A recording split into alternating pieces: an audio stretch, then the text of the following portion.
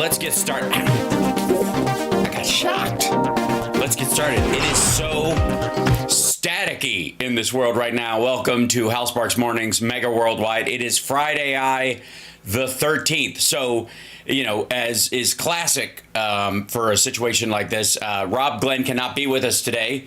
It's very sad. He's fine, but I can't have him with it because I can't bother him with my bizarre AI, pseudo-philosophical, possibly neo-religious epiphany that I had yesterday while attempting to nap. Now, where do we even start with this? We start with the fact that you're here, and please like, share the show, etc., etc., etc. We and I have, let's see, in my notesages, a bunch of stuff that's we're going to talk about today. Let me move this over here so I can show you some of it. Shall I? Hold on, I'll bring in the chat room, and then I'm still working out the details of this epiphany that I had. Let's just start down the road. The hell with it. You guys are ready for it. I'm ready for it.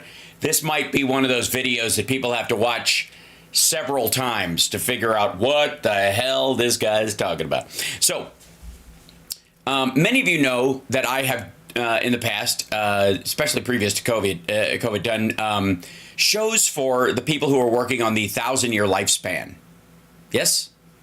You know this idea, Aubrey de Grey from Harvard and all those folks. I've done stand-up for them. And basically, while they're doing all their study and trying to figure out how to extend life and all that kind of stuff, I make jokes about what it'll be like when you have, you know, a bunch of 900-year-olds running around. It's specific to the stuff that goes on that weekend. It's a little technical, and it's ever so slightly boring if you're not there. But very funny to the people who know, you know, about protein folding. Don't get me started. So, anyways, in doing that, one of the things that occurred to me was that, let's say, and this is a combination of two things. Maybe I should bring up the video of, let's see. I'll do that. So some of you may know of that moment where Obama's science advisor, James Gates, freaked out Neil deGrasse Tyson by explaining to him that there was computer code. Let's see if I can find this. James Gates Tyson computer code. That should probably come over there. Yeah, here it is. So this is... It's New York City. Okay, so I'm going to go to the YouTube video because it's easier to play. It's New York. It is New York City, Neil deGrasse Tyson. You know what? Nobody ever said you were wrong. So never mind the fact that James Gates chased string theory for a long time, which I don't have to tell you guys is a bunch of hooey. Bless their hearts. I mean, if you're looking for a theory of everything, keep looking. But the theory of everything may be that ultimately there is no theoretical cohesion between all actions. That because of the nature of the diversity of materials and energy in the universe, that there may be discurrent laws of physics in different areas of the universe where they crisscross because of inversion of polarization of energy waves of I don't know if there's an edge of the universe like from a gravity standpoint since the Big Bang where stuff bounces off of it and it takes billions of years, but that refractory aspect is what creates, and perhaps there are holes that are punched into the edge of whatever that perceived. Oh, thank you, Barbara. Happy holidays to you. Merry Christmas and Happy New Year, and as well as Thanksgiving, and also I hope your Halloween was good. So that's what causes black holes. Would be the idea. You punching holes. All right. So the theory is, who's like, Hal, you don't know what string theory is. Yes, I do. And the problem with it is that it is a dead end. So it's not worth chasing. Also, that aside, It's not important to the conversation. Gates was talking about in their discovery about how, what in the material discoveries they were making about things, that they were finding, hidden in the atomic structure of the universe, zeros and ones, off and on switches, effectively like computer code in a linear sense. So this is the video that everybody's talking about. And I'll show you how this aligns with what I was talking about. And we'll take a little, philosophical trip down the road here. So this is the video. This is the one everybody brings up. City is March 7th. Well, partly it's taken to these very strange images that are behind your head right now. These are pictures of equations. I've been, for the last 15 years, trying to answer the kinds of questions that my colleagues here have been raising. And what I've come to understand is that there are these incredible pictures that contain all the information of a set of equations that are related to string theory. And it's even more bizarre than that, because when you then try to understand... And again, related to string theory, not solving string theory, but again, when you can make real discoveries chasing down a wrong conclusion, if that makes sense. But I'll leave it at that.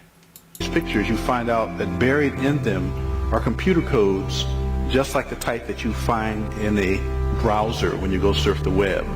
You're saying your attempt to understand the fundamental operations of nature leads you to a set of equations that are indistinguishable from the equations that drive search engines and browsers on our computers. That is correct. So... Wait. I have to just be silent for a minute here. So you're saying as you dig deeper... But they put graphic over top of this. I don't know why, because the original video has him... has them standing there, like you actually see. Let me back up. James Gates. This is a better version of it. It's New York City. It's March 7th. Well, damn it! Why is it the same one? Okay, here we go. It's just a still image. Why is that? Anyways, doesn't matter. Show you the presence of these codes. That's very, and in general, in systems that we can say. Search engines and browsers on our computers. That is correct. So, wait. I have to just be silent for a minute here. So you're saying as you dig deeper, you find computer code writ in the fabric of the cosmos. Into the equations that we want to use to describe the cosmos, yes. Computer code. Computer code, strings of bits of ones and zeros. It's not just sort of resembles computer code. You're saying it is computer code. It's not even just is computer code. It's a special kind of computer code that was invented by a scientist named Claude Shannon in the 1940s. That's what we find very, very deeply inside the equations that occur in string theory. Okay, so that part, the Claude Shannon part, is the part that caught my attention. Okay, and here's why. Do you know who Claude Shannon is? Okay, maybe you don't. We're going deep. We're going deep undercover. Okay, Claude Shannon. Here you go. Here's the often called the father of the information age. One of the things that he worked with Alan Turing, and his primary. Let me see if I can find a picture of him. Just go to this. I don't want to go to. I just want an image, you silly people.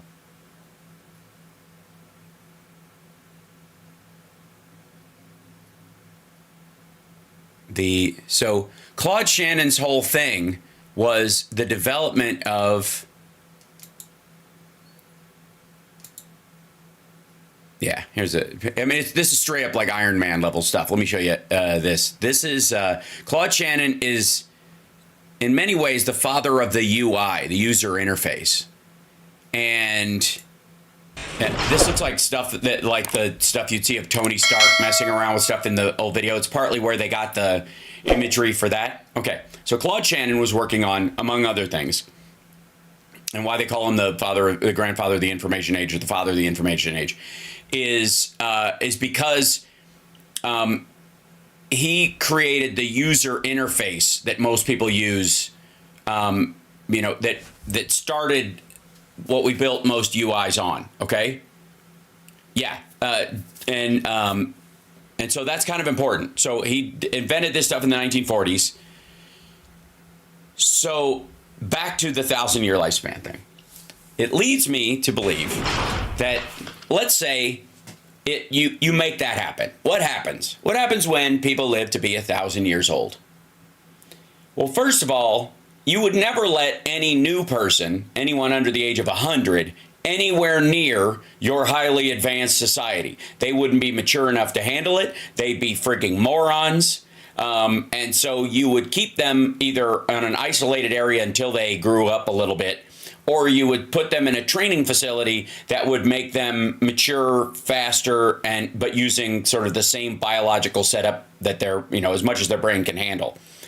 So let's say instead of going to school, you come up with a matrix-like system where somebody goes into this environment, and instead of being learning math, you live an entire life as a mathematician in this simulation that lasts about an hour or two, maybe a whole day, maybe it lasts for a week. It doesn't, I obviously am in it if it happens at all. And so how would I know how it runs? But that's what I'm saying. I don't know what the material actual time outside of it would be. I'm trying to, I may be jumping ahead in a couple of, Alex Jones is right. No, Alex Jones is a toddler, and he's new even to the simulation if it is one. So, point being is it'd be a much more efficient way of teaching people the depth of a piece of information rather than school books and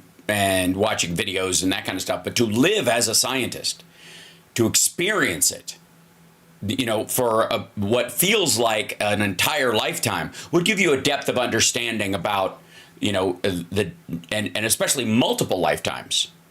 Okay, so where you could do it several times is embroidery string theory. I think that's yarn theory, Francie, if I'm not mistaken. I won't make the distinction because I don't knit. So the point being, work with me. This is a premise. Okay, this is an overarching premise. If you live to be thousands of years old, humans live to be, whether we're cyborg integrated or we're just biologically able to live for a long time.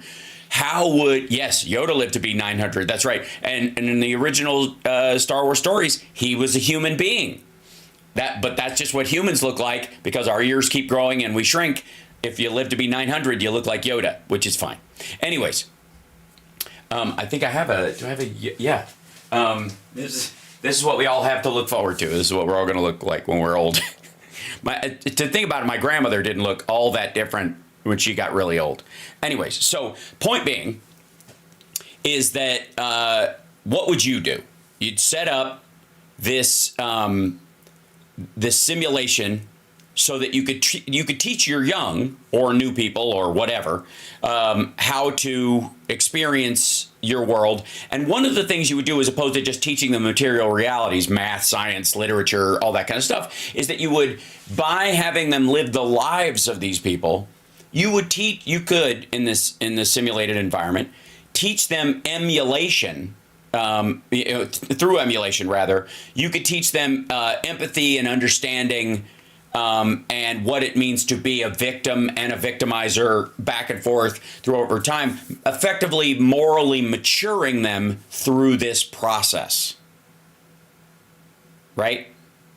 So this is, the school has a twofold value. One is it gives you the depth of the information that you want. Yes, stripper mathematician, absolutely. That's a life, isn't it? Maybe you're doing dual tracks at the same time. But the idea being is that you, in this simulation, you not only learn what you're here to learn, which is to be a musician, to be an artist, to be a mathematician, to learn engineering, to whatever, but also to, in your human experience with all the other people who are in the simulation with you, you learn to, you go through pain and trauma and hardship, and you sometimes get through it and sometimes you don't.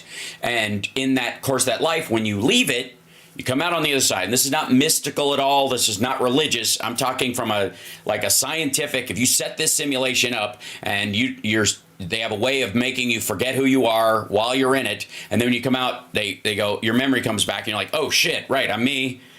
And that was wild. And the next one, you're not supposed to remember the one before because it'll kind of limit your absorption of the information because you'll go, oh fuck, I've been here before.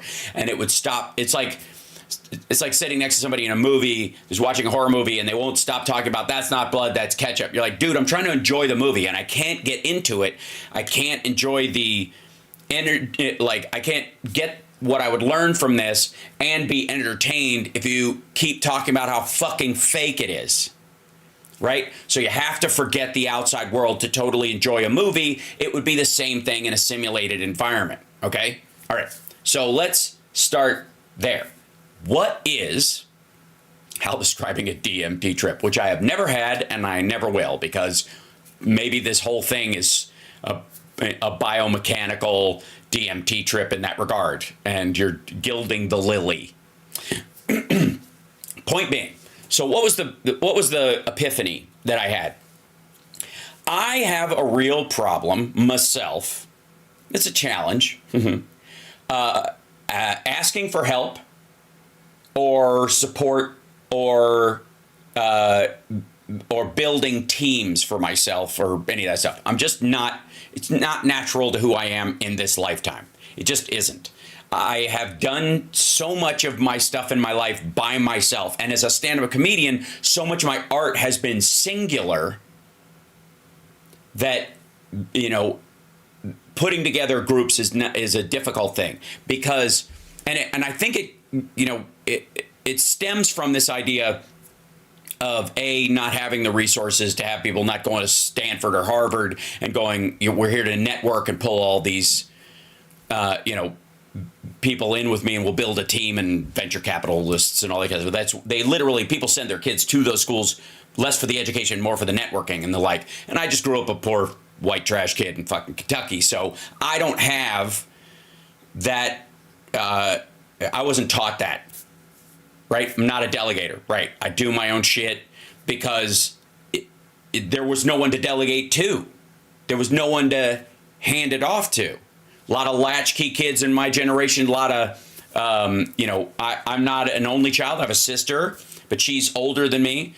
She has a learning disability. So it's like having a younger sister, but more mature than me at times, obviously. And so in the mix of that, like both my parents worked and they were off. I was just alone at the house a lot. So you just become very self-reliant, which is very good, but it's also difficult to start asking for what you want in life from other people without being a demanding dick, right? So in the process of this, like kind of recognizing that challenge for myself, I have been playing with AI lately, and I have noticed that in working with AI and in using the talk feature, and you guys have probably seen it when Rob is on the show, I am very polite. I don't say, write up a thing. I say, could you give me, can you help me? Can you do, like I do it. I still defer to the humanity of a person I would be talking to if it were not that person. And I'm glad. I don't want to put that aside. I don't want to become like I have because I have a robot, I treat it like a robot. I don't want to talk to AI like it's a slave. I don't even want that trait in and of myself, right? So I behave that way, and it's a choice. Obviously, you could write in a way that it doesn't care. Okay, and this will all wrap up. Trust me, it's a very complicated idea, but I hope you guys are grasping some of it. That if you live to be 1,000 years old, obviously you would, over time, you would incorporate so many abilities, and Groundhog Day is a parable about that. But when I was talking to my kid yesterday about some of the books he was learning in school, they were the ones that I went through as well. They're still teaching a lot of the same books that they taught when I was a kid. One of them was the monkey's paw. Also, Bartleby the Scrivener. You guys remember that one? And specifically, we're talking about the telltale heart around Halloween. But there were, the two standout things in Bartleby the Scrivener was this lesson about, and it's so contradictory. But this lesson about this guy who I would prefer not to is what he says all the time. And he basically becomes a lonely, separate human being, right? He diminishes as a being because he won't engage. And he always says, I would prefer not to when people engage with him. But the monkey's paw itself, and in some ways, and flowers for Algernon. So they're doing flowers for Algernon. Flowers for Algernon and the monkey's paw both have this kind of Flight of Icarus cautionary tale. How dare you fly so high? How dare humans try to be smart, because you're just going to end up being dumb again. And in the monkey's paw, it's like you can't possibly see all the angles, so everything you wish for is going to send a cascade of nightmarish things that happen. And so I was thinking about those stories, like, no wonder I don't want to ask for help. Like, somewhere buried in my hard drive is the fucking monkey's paw and flowers for Algernon. And and these things of like, careful what you wish for. Right? This is Blade Runner Extended Life. You get a virus. That's because of the organic compounds that they made those bodies out of. It's not the same kind of thing. But I get you. That is an issue. So let's fast forward to now. What would, besides maturing human beings in a simulated environment for a future escape to a super advanced society where you live to be thousands of years old and you have, immeasurable connection, probably a linkage to a giant synthetic intelligence. I don't like calling it artificial intelligence. You guys know that. A giant synthetic intelligence that humans have made that will basically materially create just about anything you ask for, right? Let's say we live thousands of years. Even with hundreds of years, or decades, we have come up with stuff that's just materially extraordinary. So imagine what we would come up with if humans lived to be thousands of years old, if Einstein hadn't died, if the greatest inventors of the world could pass on what they learn without ever passing away and could work with new people with new synapses and new beliefs. All right. So thousands of years, what will human beings come up with? Well, if they come up with a super AI, a synthetic intelligence that we all integrate with. The singularity happens, and we all link with it. And just through a thought connection, basically, because why would you speak to it? Obviously, it would hook up to your brain, I guess, at some point, 100 years from now, 500 years from now, who knows? And you could materially create either a simulated environment around you or actual real material realities. How much control would you have to have over your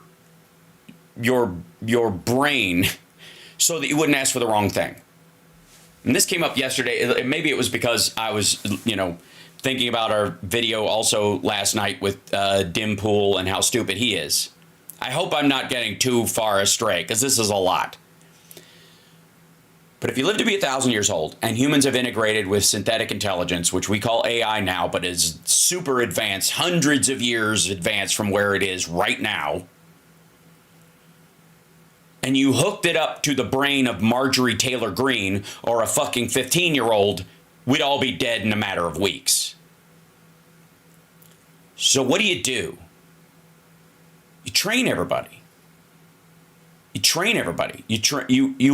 You would require thousands of hours of mental control, right? So you wouldn't have you'd have so much mindfulness about yourself, and you would have put all trauma, all fear in the rearview mirror, so you're not a reactionary biological entity anymore. You're so advanced because you've been through everything that you don't knee-jerk to to every response. I'm not wrong. I mean, can you imagine if we hooked up AI to MTG's brain and it had a replicator? Jesus Christ, just a row of 3D printers. Imagine what those things would spit the fuck out. Now imagine 500 years in the future. It's a school. That's right, Julianne. Buddhist monk level. Adam, that's exactly what I was thinking. That if you look at Buddhist teachings, and one of my favorite books is The Tao of Physics. I don't know if you've ever seen it or read the book, but it is, for the longest time, it was my favorite book. And now I find The Hitchhiker's Guide to the Galaxy to be more prescient. But the Tao of Physics is fantastic in that it aligns a lot of the discoveries about quantum physics with what monks were saying for a long time. And that if you look at Hinduism and Buddhism, that there was these deep ideas of how they were trying to, using the limited archetypes of the time, they could explain the world using what was around them. And so it sounds very mystical, but in reality, they were basically getting to the atom. They were getting to nuclear physics and then to the quantum calculations. It would be like, okay, well, what if it's smaller than that and smaller than that? And what's beyond that? And the philosophy of like whys on top of whys, which is something that children naturally understand. Yeah, but why? Yeah, but why? Yeah, but why? So in doing that, they created these analogies that were both material, which is the Buddhas that represent the best parts of human, and you can attenuate them. If you want to study, you go to the Buddha that represents studying, or the saints in the Catholic Church, or in paganism, the God that represents that thing. And you pray to it, and it's a way of just kind of mentally resonating with that thing. I need to study, therefore I go to the God of study, and I pray to the God of study to get this. And in that, you're kind of materially invoking that in yourself because it's something to focus on. It's like it's almost like you're hypnotizing yourself on that idea. And again, this puts aside the fact that there might have been at one point in another variation of the universe an actual teacher there on the outside of the simulation when you were in an early version of it that actually did tell you things. So people's epiphanies actually did come from basically a teacher's aide outside the sim, and you go to the temple and you go, tell me how to do this, and they will. Right?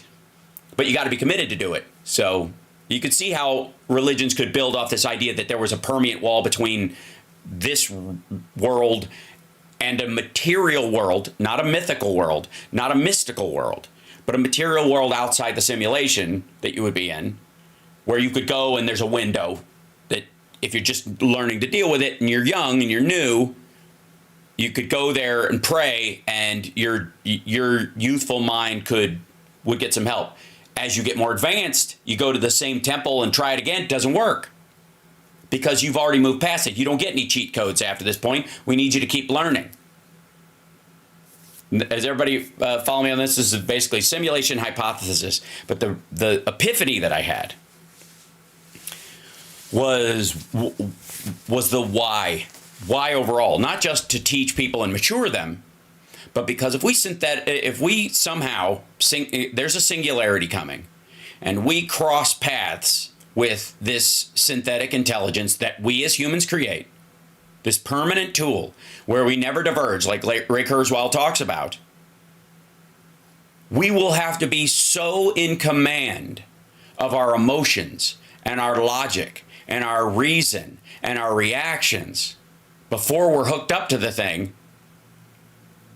that the only way I think you could do it is to create a maturation simulation machine that you put new biological human beings before they've crossed over, before they're given their cyborg implant or whatever it is in the future. You'd have to put them in that for, I don't know, a decade, over and over, life after life. And so the monks have always talked about, when we talk about 10,000 hours for mastery of a skill, and there's this kind of corresponding idea, which is where it was lifted from, of 10,000 lifetimes to achieve nirvana in Buddhism, for example. Maybe that's not, a mythical idea. Maybe it's based on a generalized curriculum. That's how long it takes a fresh biological human being to go through the simulated lifetimes, 10,000 of them, to mature to the point where they can be trusted to be bonded with the SI that we would all build 1,000 years from now, and or that we already have, is kind of the point. And once you've completed that, and you've been tested on it, judged, judgment day, as it were, whether you can do it or not, or whether you go back. I don't know Arizona sunflowers. I apologize if there are a bunch of them. As far as ads, sometimes it works and sometimes it doesn't. It's very strange. I'll book Neil deGrasse Tyson on the show. I just don't. I feel like he's already had his mind blown, and I feel like this would make it worse. But the point I'm trying to make is that what if, and this is a big what if, and it's more of it's more of a philosophical exercise than an existential crisis. And I think it's better posed as this. What would you do? What if you were 1,000 years old and you knew that brand new human beings were fucking idiots for at least the first 100 years of their life? And yet they are human beings. And they will be integrated into your world. Yeah? So how would you fix it? You couldn't just teach them because they'd still be immature. So you would create this simulation where they would integrate themselves with all that it means to be a human. They would live lifetimes as victims and as victimizers, as kings and paupers, as rich who struggle and poor who thrive, as fearful monsters and courageous survivors. Over and over until such time that if you look at how, like, a soldier or an EMT or someone in an extraordinary situation, yes, I do mean maggots, and I'll explain that in a second,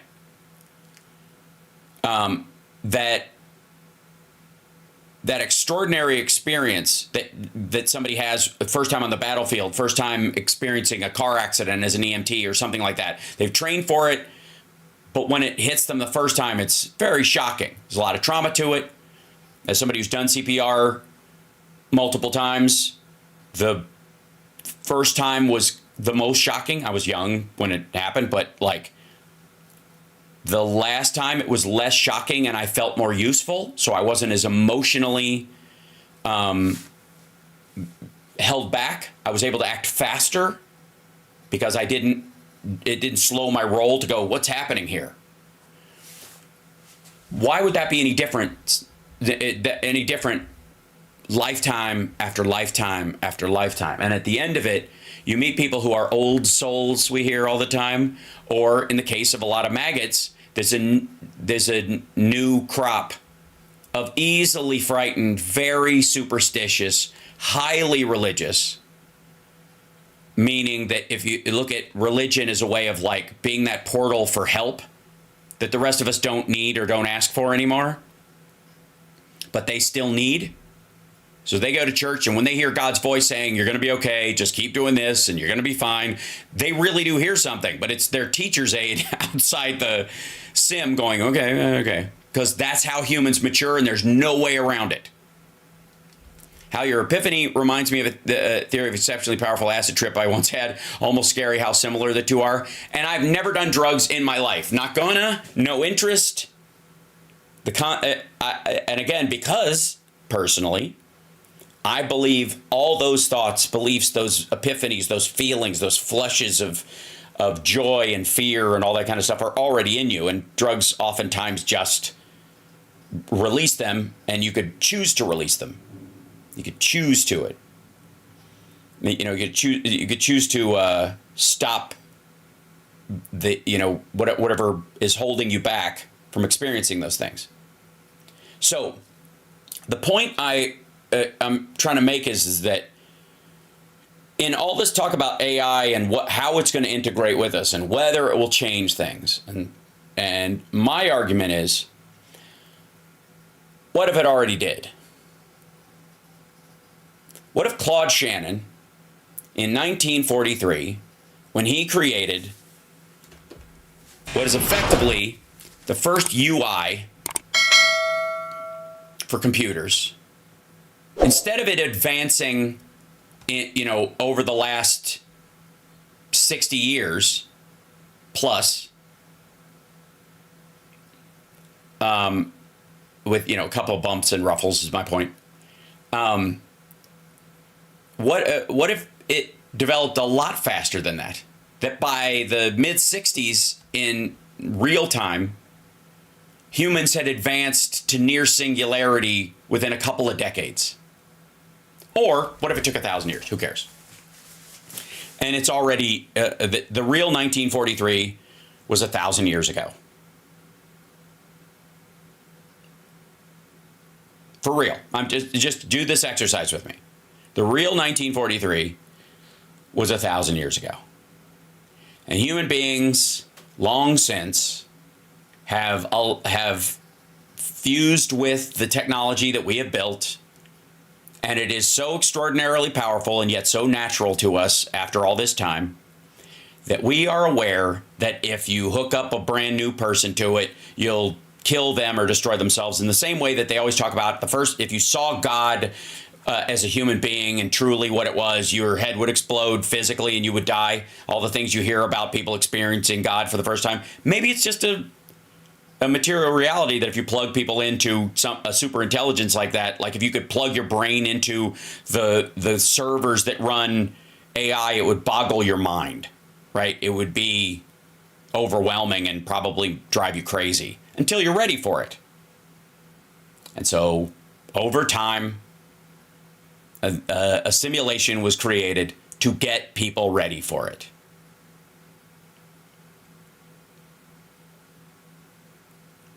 Human centipede, right? Also, hold on, and I just love this conversation because it's I want to gravitate to a higher plane of reality before singularity. The point I'm trying to make is that if this isn't reality, if this is a simulation of sorts that reses out wherever we look, which is why our telescopes get better the more we look into space. But if you can't study this reality if it's fake. The higher plane of reality would be your material self outside of a simulation. And the judgment day that people worry about or think about is there because there is a material thing that at some point you get so far along, you start hoping, shit, I hope this is the day, man. I'm tired of this. Tired of going, it's rough, which means you have to go back. Because if you're still feeling that, you're still not ready to be, given the gift of this alignment, which again would be, if you think about quantum physics and all this shit, like the quantum chips that are coming out. Again, imagine it in 500 years, 1,000 years from now. So what made me think of all these things at once besides this is how my brain works all the goddamn time? Chat room. Let's see.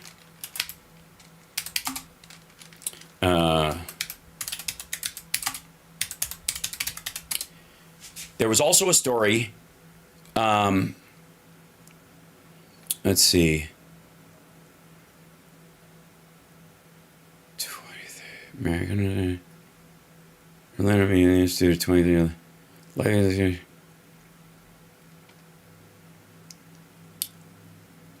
There was a recent study from, let's see if I'll put it in the Aubrey de Grey thing. Everybody's ginning up for 2030 for generalized lifespan expectancy on the entire Earth to go from about 68 worldwide to 85. And then up from there, that's the escape velocity part. Call Sam Harris, he knows all about this. But again, the problem that, that's another deep, at a certain point, if science at its highest level is indistinguishable from magic, then human beings integrated with the highest level of science are indistinguishable from gods. So who's to say that there wasn't, in the beginning of the simulation, there was nothing, and from the nothingness came the Lord, and the Lord said, "Let there be light." And there was still nothing, but now you could see it. It's one of my first stand-up jokes, how you're venturing into atheism. No, I'm not. I'm just saying that for this material reality, as we experience it, to the second tier of material reality, just because that's not a God outside this, that we have a mid-manager, which, by the way, if you look at how most gods act, I will say, can we just look at most of the religions in the world, with rare exception, even Jesus Christ, the greatest teacher's aide ever to come in and go, "It's okay, kids, sit down, you're going to be fine, now share," right? Never mind that particular entity. But the vast majority of them act like middle managers, trying to hold something together. Shit, the primary simulation could be housed inside a secondary simulation, and the people running the simulation could be shedding their last little bits of bullshit on us newbies. You see what I'm saying? Nothing's wrong with atheism. It's just meaningless.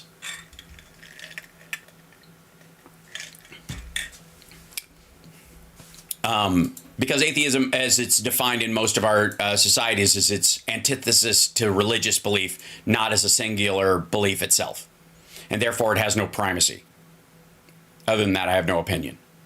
You know how, like, Ricky Gervais will often talk about how, like, you know, you don't believe in most gods, you only believe in one God. I just believe in one fewer God than you do. That's his thing. Well, it's sort of like in terms of overarching theories about what's important and what's not.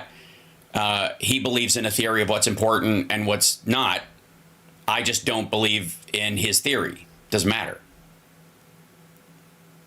Yeah, exactly. Atheism is an answer to theism. It is, and technically speaking, how most people operate within it is anti-theism, because atheism, I believe, and this is where again, I don't believe that atheists lack morals or don't have a moral compass or don't have a purpose for it at all. I think the highest level of atheism,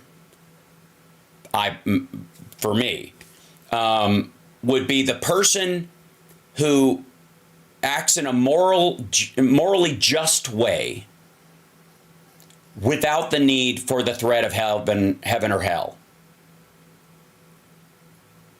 Does that make sense? That's what a true atheist would be. Because they don't need theism to act in a moral way. But if it's just atheism because you think religions have destroyed lives, then you're self-selecting your experience of those things. Hal creates a religion based on Star Trek holodeck containment. It's not that far off, right?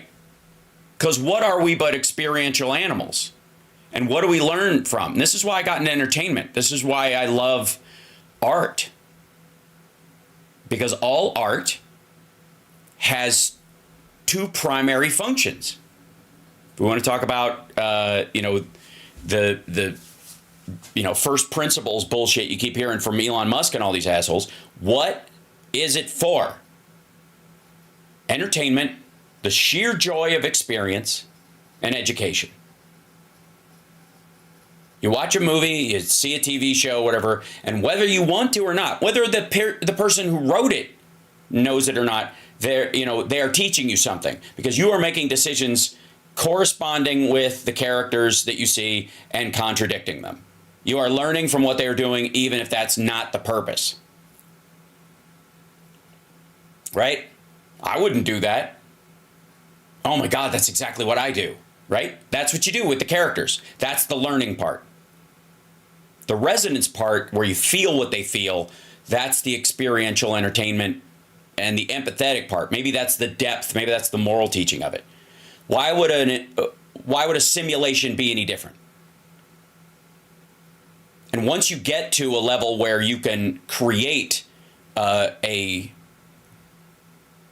simulation that is where its separation from reality is imperceptible and it's totally convincing, what would you use it for? Well, you'd use it for entertainment largely, like the holodeck, just to keep yourself from getting bored. But what if you needed it? Necessity being the mother of invention as we understand it. Why? Sorry, Instagram is on? Hold on. It should be up. Yeah. My Instagram's up. So, boy, did this hour breeze the fuck by. Hold on, I got to bring in Carl. He's going to be joining us in a minute after I just and talk about. Let's see if we can get this. And I don't have my graphic for Carl. I have to make one. So movies sometimes go too slow for me, and you get bored. Well, it's not that they're going slow.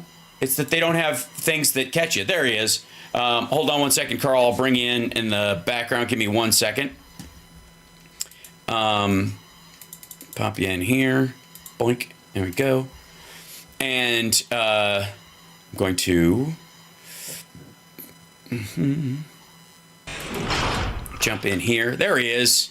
Ladies and gentlemen. There I am. Yeah. Welcome, Carl Alessi, and my dear friend. I don't know how much of that you caught. I caught most of it. Yeah. So I have been thinking about this a lot lately because I recognize, and in talking with Rob, there are things that will change, like AI will change and is changing super quickly. That one of the things, and we'll talk about this with space travel as well, because it is making, one of the reasons I think they punted Artemis another year is because its capabilities as far as calculation and control will extrapolate out with the AI that they are building within NASA internally, like a separate one that's just for them. They're building their own model on all of their stuff. If they haven't already, which they probably have, but they're also, the idea is that they're going to start extrapolating that to functional use. That it might make things exponentially safer, exponentially more productive, within just a year's time. That you could make advancements in space travel and our ability to go to the moon, land on the moon, and those kind of things so much faster. A decade, and I mean, it's always been that way. Like computers nowadays, because of their calculation ability and their speed and their ability to, even quantum chips being what they are and being relatively new, Google does loan their prototypes out for NASA to use for deep space probes and all kinds of stuff to extrapolate the data that they're getting back from them, right? That the speed of those things is extraordinary, and once it becomes ubiquitous. I mean, imagine the Apollo mission with just the NVIDIA GPUs and NPUs, the neural processing units, on board, so that the guys, when they're stuck and they're trying to figure out how to reroute something, they don't have to wait for calculations to come back from Earth. It will go, hey, it's like Mother in Alien. How do we fix this? We want to reroute this. What's the, we can't do the math because we don't have gravity and we're all floating around here. Real quick, tell me what, we should, how much weight and measurement we need for this, this, and this to solve this physical problem in the environment, right? Which is what they were waiting for. Like, and for those that don't know, let me see if I can bring up searching for Starlab as a reference. There is, you've had a deep and abiding love for space travel, and it's one of those things that, like, I get wound up and start talking about computers and AI and it, to some degree, other pop culture elements. See, I love the 80s and 70s, and you can't stop me. You have a depth of understanding about this kind of stuff. Think about some of the moments, and if you could, like, even bring up some of the moments where Apollo or any of those missions were in deep shit, where they had to wait for mission control to give them information.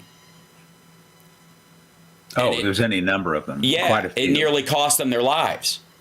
Quite a few. One of the ones that comes to mind right away is something that most people don't know about our dear hero Neil Armstrong. That was depicted in the movie First Man, where in Gemini 8, they pulled off the first docking in space. And all of a sudden, the vehicle starts spinning out of control. He undocks because he thinks that it's a problem with the Aegina they docked with. And now they start spinning faster because it's a thruster on the Gemini. And so now they have to be able to fire up their reentry control thrusters to be able to stabilize the vehicle. That mandates an abort. Now they have to come down off Japan in the Pacific, which is not anywhere near where they were supposed to come down. Right. And they have to be picked up by a Navy destroyer. So it's that kind of thing that required onboard decision-making very quickly and very accurately, and then required communication with the ground to get help. There's a lot of discussions, it's interestingly enough, about that, about whether or not you are at that time in history in more danger in Earth orbit during an emergency than you would be on the way to or from the moon. And the question is, why is that true? And it's because back in the 60s and in the early 70s, you had only intermittent communication with the ground in Earth orbit. Right. Now they have virtually full-time communication because of satellite technology and the like. But back then you sure didn't. Right. When you're on the way to the moon and back, you do have continuous communication. But you've been saying a lot to unpack there. Just in that lead-in, since I jumped into the frame, there was about 8 different things I think you jumped around on.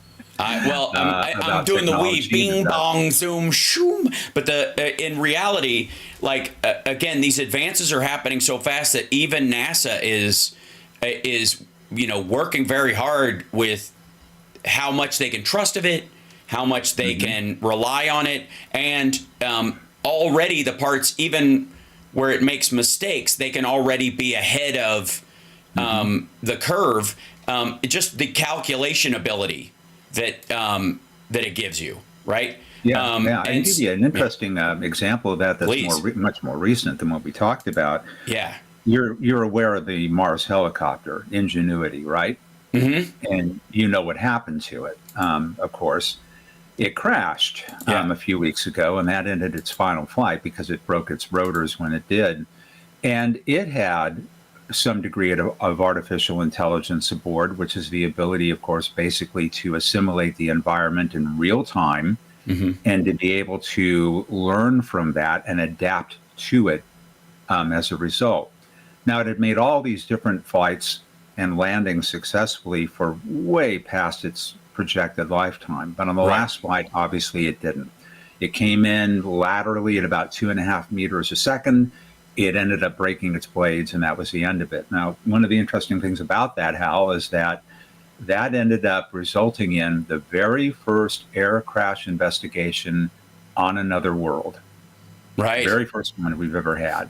Right. And was the FAA involved? Pardon? Was the FAA? Did they have NOAA come out or whatever, and the FAA investigators come out and have to talk about it? No, it's not going to result in a PBS special with where it's dramatized later, not like that. Right. But what happened is that this helicopter has 2 cameras on board to be able to map terrain as it's flying around. And generally speaking, it can look at the terrain below and go, I know where I am. I know where I need to go. I know how to descend vertically in a safe spot. Right. But in this case, it ran into an area called bland terrain. Literally, they use that adjective, bland.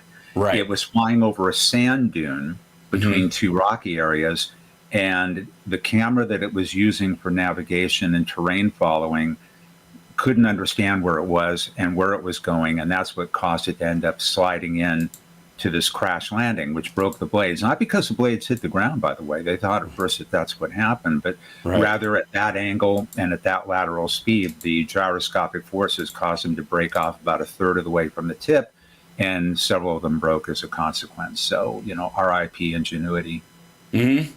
Yeah, and again, we're used to NASA extending the use of things well beyond the projection, largely because I think they, for budgetary reasons and a bunch of other things, try to over-deliver and under-promise with everything that they do because of the history of, from Challenger to some of the stuff that happened, in the Gemini mission, missions and the like, where they were like, people get caught up, and I think the AI world is dealing with this as well, is that people get caught up with the potential or the promise, and if you start really talking about genuinely what's possible, that becomes the expectation, not the, okay, if everything goes right, this could be amazing, instead of going, it's already amazing, and it could go this way or this way, and so we just have to be careful that we don't overstep this line, right? And so much more cautious. And NASA, I think for a good while, and rightly so, especially post-Challenger, became overtly cautious with a lot of things. And that takes some of the adventurism out of it. It takes some of the spirit away. And that's that's the problem, I think, with most people's belief about science. Nothing made science exciting again like a bunch of vaccine deniers suddenly possibly being in charge of vaccines. And the same thing is, people are now paying attention to the science around vaccinations in a way that they didn't before. Whoops, lost you for a second. Are you back? There he is. It's okay. It blinks out. So the same thing is, I think especially true of NASA, where they're like, we've been through this before. This might get gnarly, so maybe don't tell them all the awesome things it can do and let them go, hey, look, it lasted a lot longer than we thought it could do. It could do this much more. And I think part of why they're punting for, is it a year, Artemis? Is they're doing it in 2027, 26? They're projecting that, I believe it's Artemis 3 would fly. Don't quote me on this one. It's something like a year beyond where they were going to go. And I think it's Artemis 3 was projected to be in 2026 now. With Artemis 2, that's the next flight. That's the one that's going to loop around the moon and come back, would be, I think, next year, or maybe it's 2026. I may have those dates mixed up. But there's so many variables along the way on the critical path to getting that to happen. AI is only one of those, but there are a whole lot of other hardware issues. There were issues with the heat shield on the Orion vehicle on the last test flight that they did, that went to the moon and back. It orbited and came back unmanned, that they had to understand much better as a safety issue again, a very critical one. Right. So, it keeps getting delayed. What's really going to delay, though, Artemis 3, is getting Starship ready to supposedly execute a landing with a crew in it. There are so many unproven technologies that are critical to making that happen at this point. I don't know when in the hell that's actually going to occur, to be realistic about it. I really don't. Sure. There is a competing lander that's developed by Blue Origin. That's the Bezos company, called Blue Moon. That one has a chance to fly instead on Artemis 4 or 5. Mm-hmm. So if Starship doesn't work or becomes a real problem, maybe NASA will switch strategies over to Blue Moon. Right. Seems to be a much more intelligent design for this sort of thing. But we'll have to see how it plays out over time. It's not going to be an easy path. Right. And again, I think partly the calculation ability that is just starting to come online. There were big advances in computer interface software chips that were coming online in the late 70s, early 80s especially, which is what made the personal computer a possibility. Like there were jumps in the ability to, with lithography machines, write these giant circuit boards down smaller and smaller, and then lower the heat signature enough or divert it enough to, pull it away with it. Like, again, I have one of the, like my computer, this one is liquid cooled. It literally runs water by the chip and pulls the heat off there. But it came with, like a bunch of like foil sheets lined up that pull heat away, like just old fashioned basic physics to take the heat away. Now, the NPUs, which calculate far higher than, say, GPUs or older CPUs, use a lot less energy, don't get as hot. So you have a situation where if you switch what chips you're using in the flight control systems and all that kind of stuff from kind of the standard way of making them as these, the CPUs were, which are very heat intensive, to a lower heat intensive thing, you solve the fire problem even in a bunch of situations, because the more problems you have, the more calculations you need, the hotter your chips get, the more things that can catch fire, that kind of stuff. Like that's a problem that extrapolates, and NASA does this all the time. Extrapolate, like they have tons of people in charge of like the shit hitting the fan department.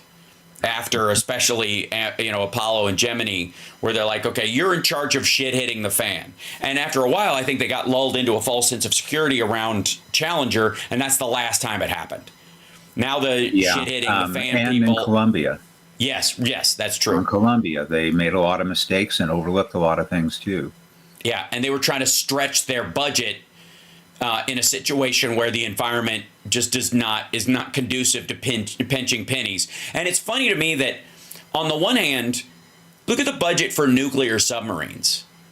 Now, strategically credible, like versatility and necessity in national security, because they are effectively silent, because they don't run on diesel engines. You can't hear the sound travels in water in a way that it does not in space. And so the nuclear engine that's on these things is incredible. Like the fact that some of these things stay submerged for weeks at a time, and it sometimes don't have, I don't know what the extent of it is. It's classified, whether like we probably have ones at this point that could stay down for months, just never surface for months.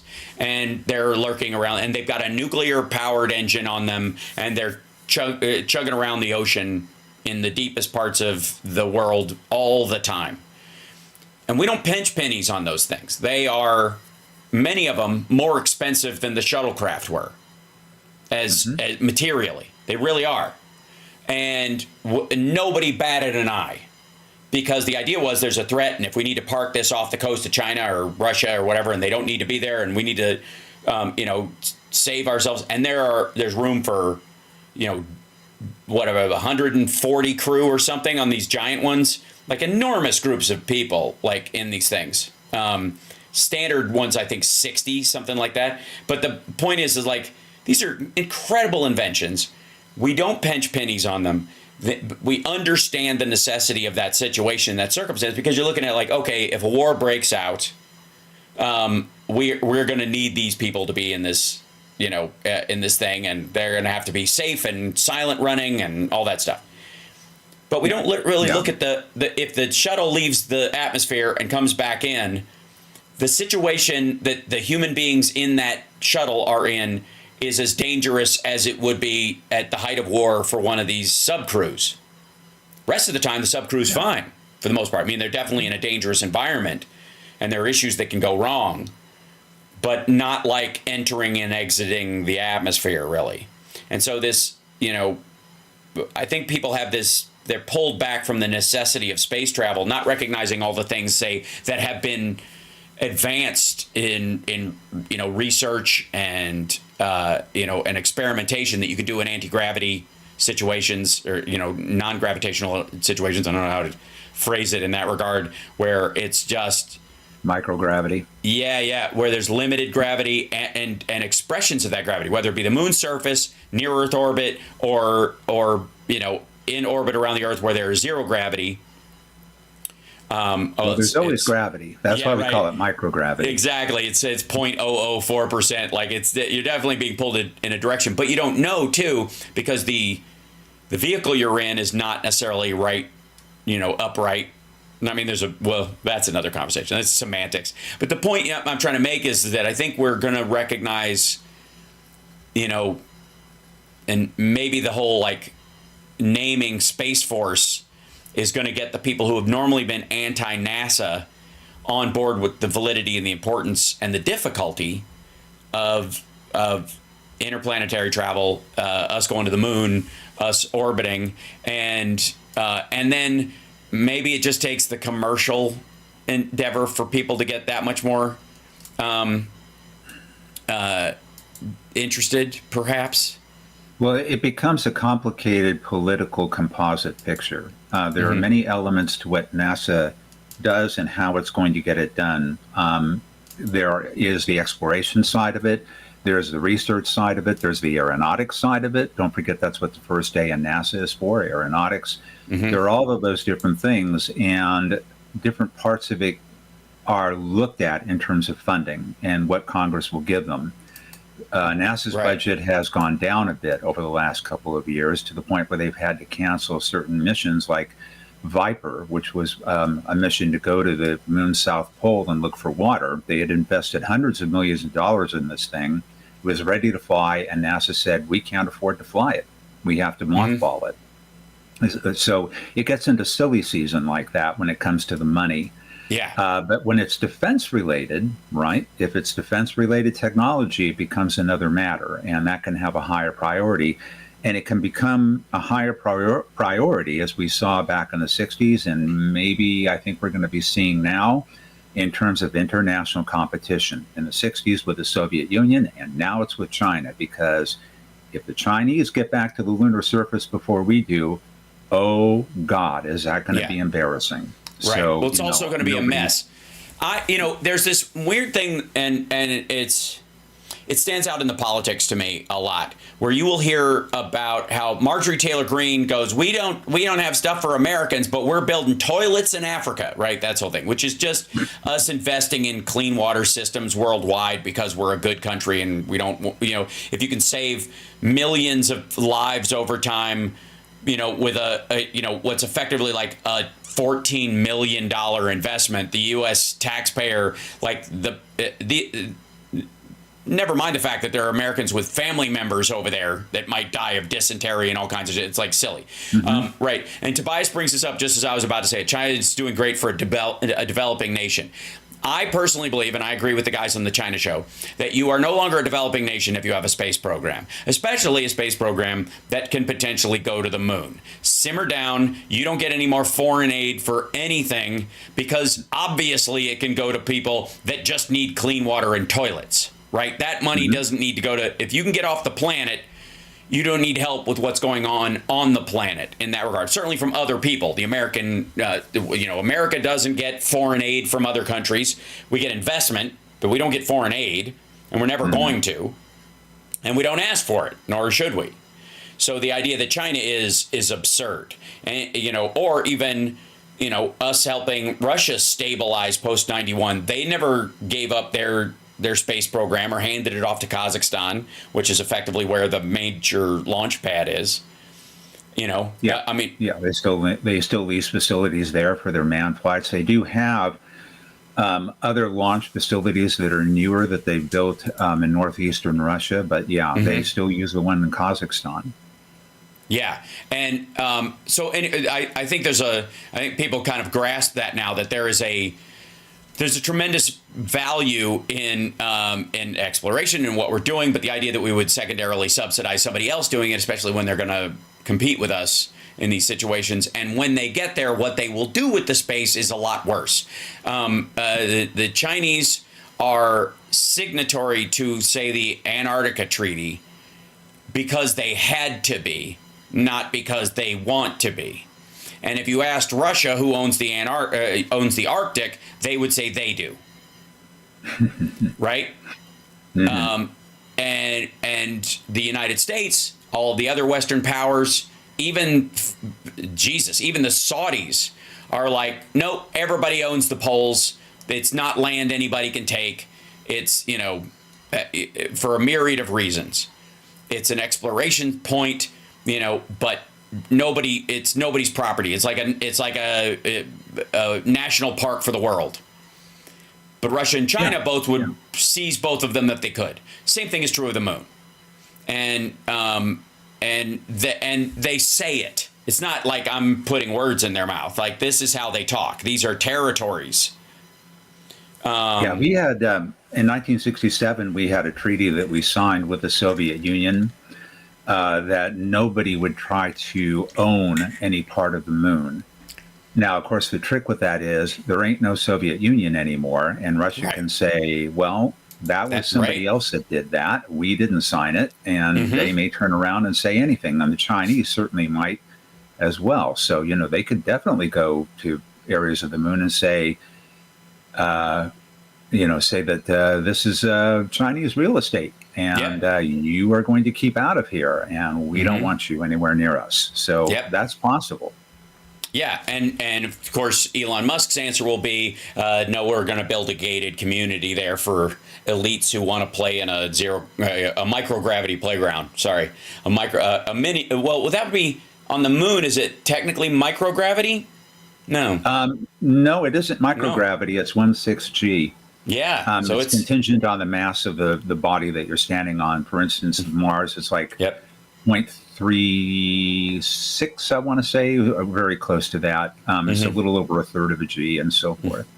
Yeah, and a G is one gravitational unit on Earth. That's our baseline. One Earth gravity. The reason that you're in microgravity and in orbit, in Earth orbit or in lunar orbit or Martian orbit, is because your orbital velocity is negating the effect of gravity that's being exerted by that particular body. So you're in free fall around it continually. It's that old experiment, I think, that Da Vinci did, where if you fired a cannonball, obviously it goes in an arc and it comes down. But if you fired it fast enough, that arc would be large enough that it would just continue to circle the Earth. And that dynamic is still true today, obviously. That's the physics of it. You just have to go fast enough. In this case, in low Earth orbit, it's about 17,500 miles per hour. And you negate the effect of gravity and you stay in free fall. Yeah, you're basically being thrown off the planet and held to it at the same time. Yeah. Yes, exactly. Unless you start colliding with atmospheric particles, which you can do, there are even up at that height, and it can slowly degrade your orbit, which is what happened to Skylab eventually. But that's another story. Yes, and Searching for Skylab is a documentary you took part in, and I tried to find the linkage on my files in here, but I have so many browser windows open because there's so much dense news. Oh my God. Never mind the fact that, there are a couple of things. One is that, the British Space Agency is finally kind of trying to find their legs. And it might be partly because of Richard Branson being, a favorite son and them feeling like they want to be a truly, not an empirical power, but a first world power the way they used to be. And you really can't do that without space exploration, or at the very least, the ability to put satellites into orbit. And so they're trying to get a spaceport opened in Scotland. That's right. And with good reason. It's very smart. They should have a long time ago. It's one of those things where, military adventurism has cut into scientific exploration, particularly in a lot of ways. And I think the English are far behind where they could have been had they prioritized things. I don't know if it's a 1-to-1 with the cost of the Falklands, but it's not that far off. That said, I was going to show something real quick because I want to, and I apologize if the screen comes up with the wrong name on a guest part of this. You're not the major, so I'll turn this off in here. Boink. But this is the thing I was talking about before. About the 2030 thing, about like human longevity reaching what's called the LEV, the longevity escape velocity.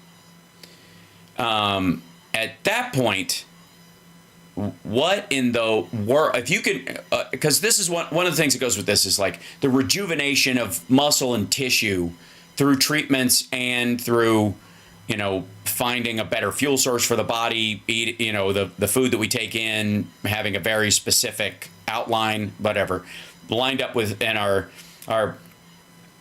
internal sort of all the inefficiencies that our body has kind of being narrowed. One of the things that comes from this as well is not just aging. It's not just that by 2030, what they're going to do is the idea that you have immortality by 2030 is not what they're talking about. What they're talking about is that by 2030 there will be techniques that will bring your biological age back about 20 years. That you could basically reverse aging a couple of decades, and then you just start doing it every couple of decades until such time as people have lived long enough where they've figured out how to even escape that version of it. But you keep people alive, especially spry people who've been working on this stuff a lot longer and without their brains decaying and their bodies decaying, where they can continue to work on what they're doing. Again, science advances because the people that are really engaged in it, deeply care about it, understand it with a lot of depth, don't have to pass it on and hope the next person in line understands it the way they do to keep it going. They can just keep up their work. The other thing, too, is that when you return from space, it's hard on the body.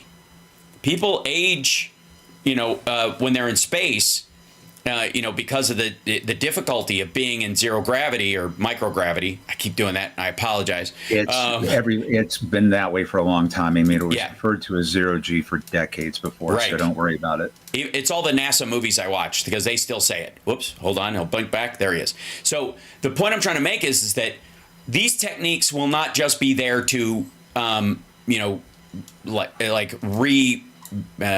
revitalize someone's aging body here. But let's say you go to Mars and back and it's rough. It's not this kind of Interstellar meets, The Martian, where you're physically, everybody's just spry and healthy and they just run on a track in a spinning thing, anytime soon. It's rough. It's difficult. It's hard on the body. There's a lot of things, exploration wise. Again, these guys that spend time in these submarines. This has got to be, exposure to radiation too, Pam. She brings it up. I was just going to bring that up. Yeah. See, we're all, but if you can repair the damage from that, because these reinvigorations, you treat, and again, the whole purpose of this is that Aubrey de Grey and the people that he works with and Kurzweil and all these things are treating age like a disease, a diseasing of the body, instead of an inevitable wear and tear cycle that you can't avoid. And I think that is the right thing to do. It also, if you want to talk about the extension of and the, how do we save Social Security? Well, everybody's like, well, shit, if everybody lives long enough, nobody retires. Well, I guess that would partly do it too. But also, most diseases that we deal with in life, most of the, even the cardiovascular disease that is the #1 killer of Americans, is largely age-related, because whatever you die of, the thing that actually killed you was your heart stopped, right? So what goes down on your death certificate? Cardiac arrest, heart disease, arterial sclerosis leading to yada yada, right? If you can reverse that, not only does that lower the number of people who die of heart attacks, period, but it's also all the other related things, because arterial sclerosis doesn't just give you heart attacks. It slows every aspect of yourself. It can put a stagger in your step where you fall and hurt yourself. It can, if the pump isn't working, it affects everything, including the kidney. I know. Booker. Sorry. I don't know what happened. I apologize. I shouldn't have even brought up, I'm sorry. I shouldn't have even brought up the kidney. That was my mistake. Won't happen again. That's okay, you're forgiven. Kidney has a very special place in the heart. It does. Now, that's one person I don't want this to apply to. Well, the interesting thing is, everywhere I've been reading up on this, they keep saying, if you live 10 more years, you're going to make it. I don't think you have to worry about that with him. I really don't. And they can only put you back, 20 years at this point. Through all the if you went through every treatment, the stem cells, the DNA treatments they're talking about, all that stuff, it would still only put you back about 20 years. There are some elements, and we don't know, and I hope, honestly, I hope that they can reverse, the damage to elderly people's brains if they're in their 80s or 90s, back to their 70s if they were relatively spry. And then at that point, they maybe eat and take care of themselves a little bit better. They have other stuff that keeps it from coming back, right? And I hope that's the case.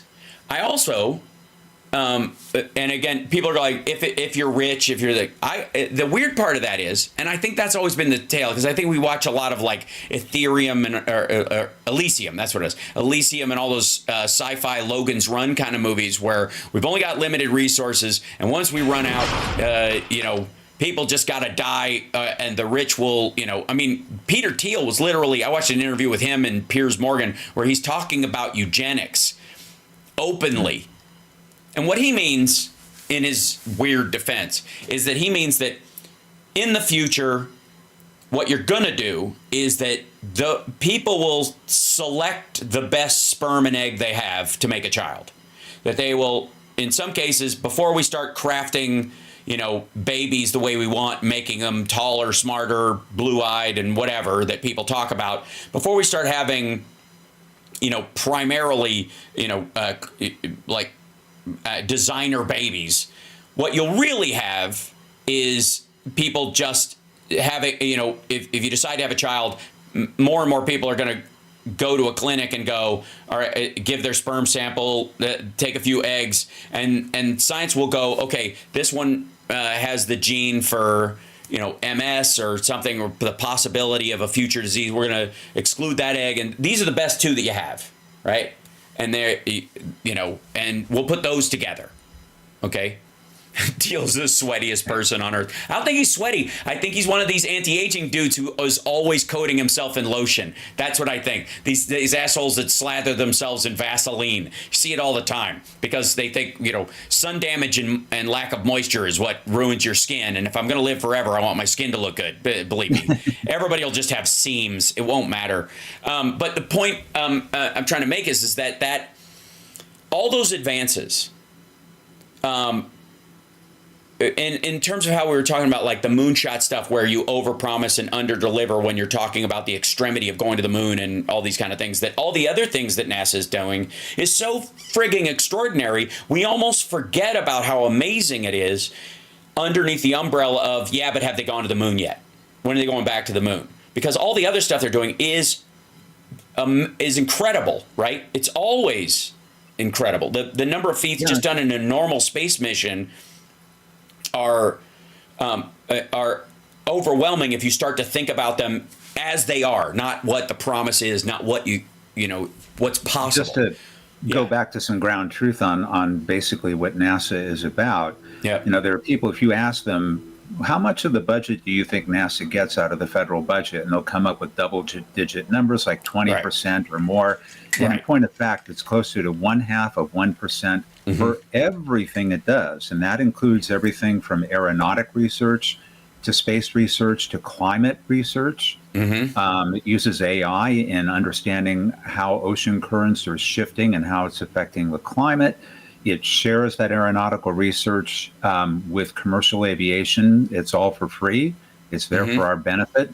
And they've been able to help reduce things like induced drags on commercial aircraft by about 4%. And that gives you a lot more fuel efficiency. It's all that stuff. It's an enormous array of things that they do for very, very little compared to the rest of the national budget. So, thank you, Lucky Stars, for that. And by the way, keep in mind, when everybody's talking about SpaceX, great, NASA sucks. Well, there's a role for commercial space, obviously. And I cite that all the way back to the founding of the Republic in the sense that the federal government can take the lead on things that it does not need to make a profit doing because the mission statement and the preamble of the Constitution is promote the general welfare, provide for the common defense. And they can do that.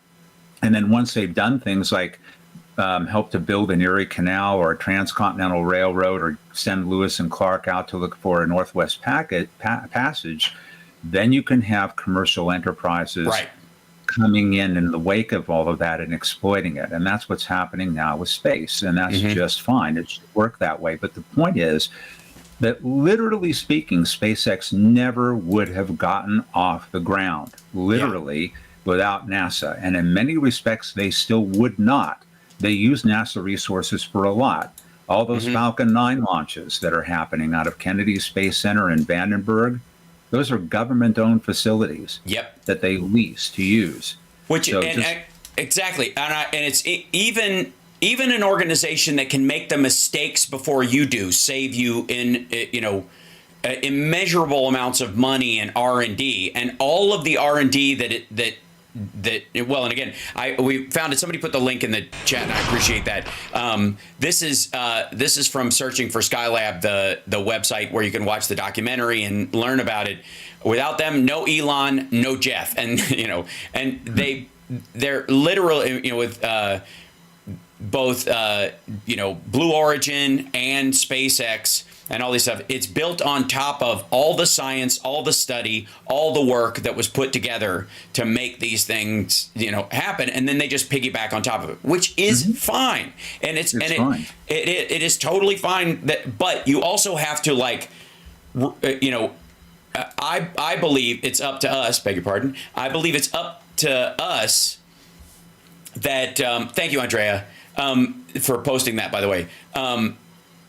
I believe it's up to us to push back on this idea that Elon's just kind of this magic genius that came up with all this stuff, when really he's just building on top of what taxpayers decided to do in this country, and that he owes everything to NASA, in the same way that if there was no 2009 bailout of the big three and Obama hadn't insisted that electric car companies be included in that, we wouldn't be talking about Tesla as a real entity right now. They wouldn't have dealerships in malls. They wouldn't have more than one model at all if that had not happened when it happened. Period. Period. Yeah. So let's keep that in mind before you go out and start face painting and start talking about how, SpaceX is rules over NASA because it's like a football game or something. It isn't like that at all. And people need to understand that. I know some people never will, which is why we have a President Trump again. But that's right. That's another story. Right. And I will say that if you look at how he's talking both about NASA, about DACA, and about a couple of other areas, it is clear that our ideas, regardless of our candidate, won in the conversation.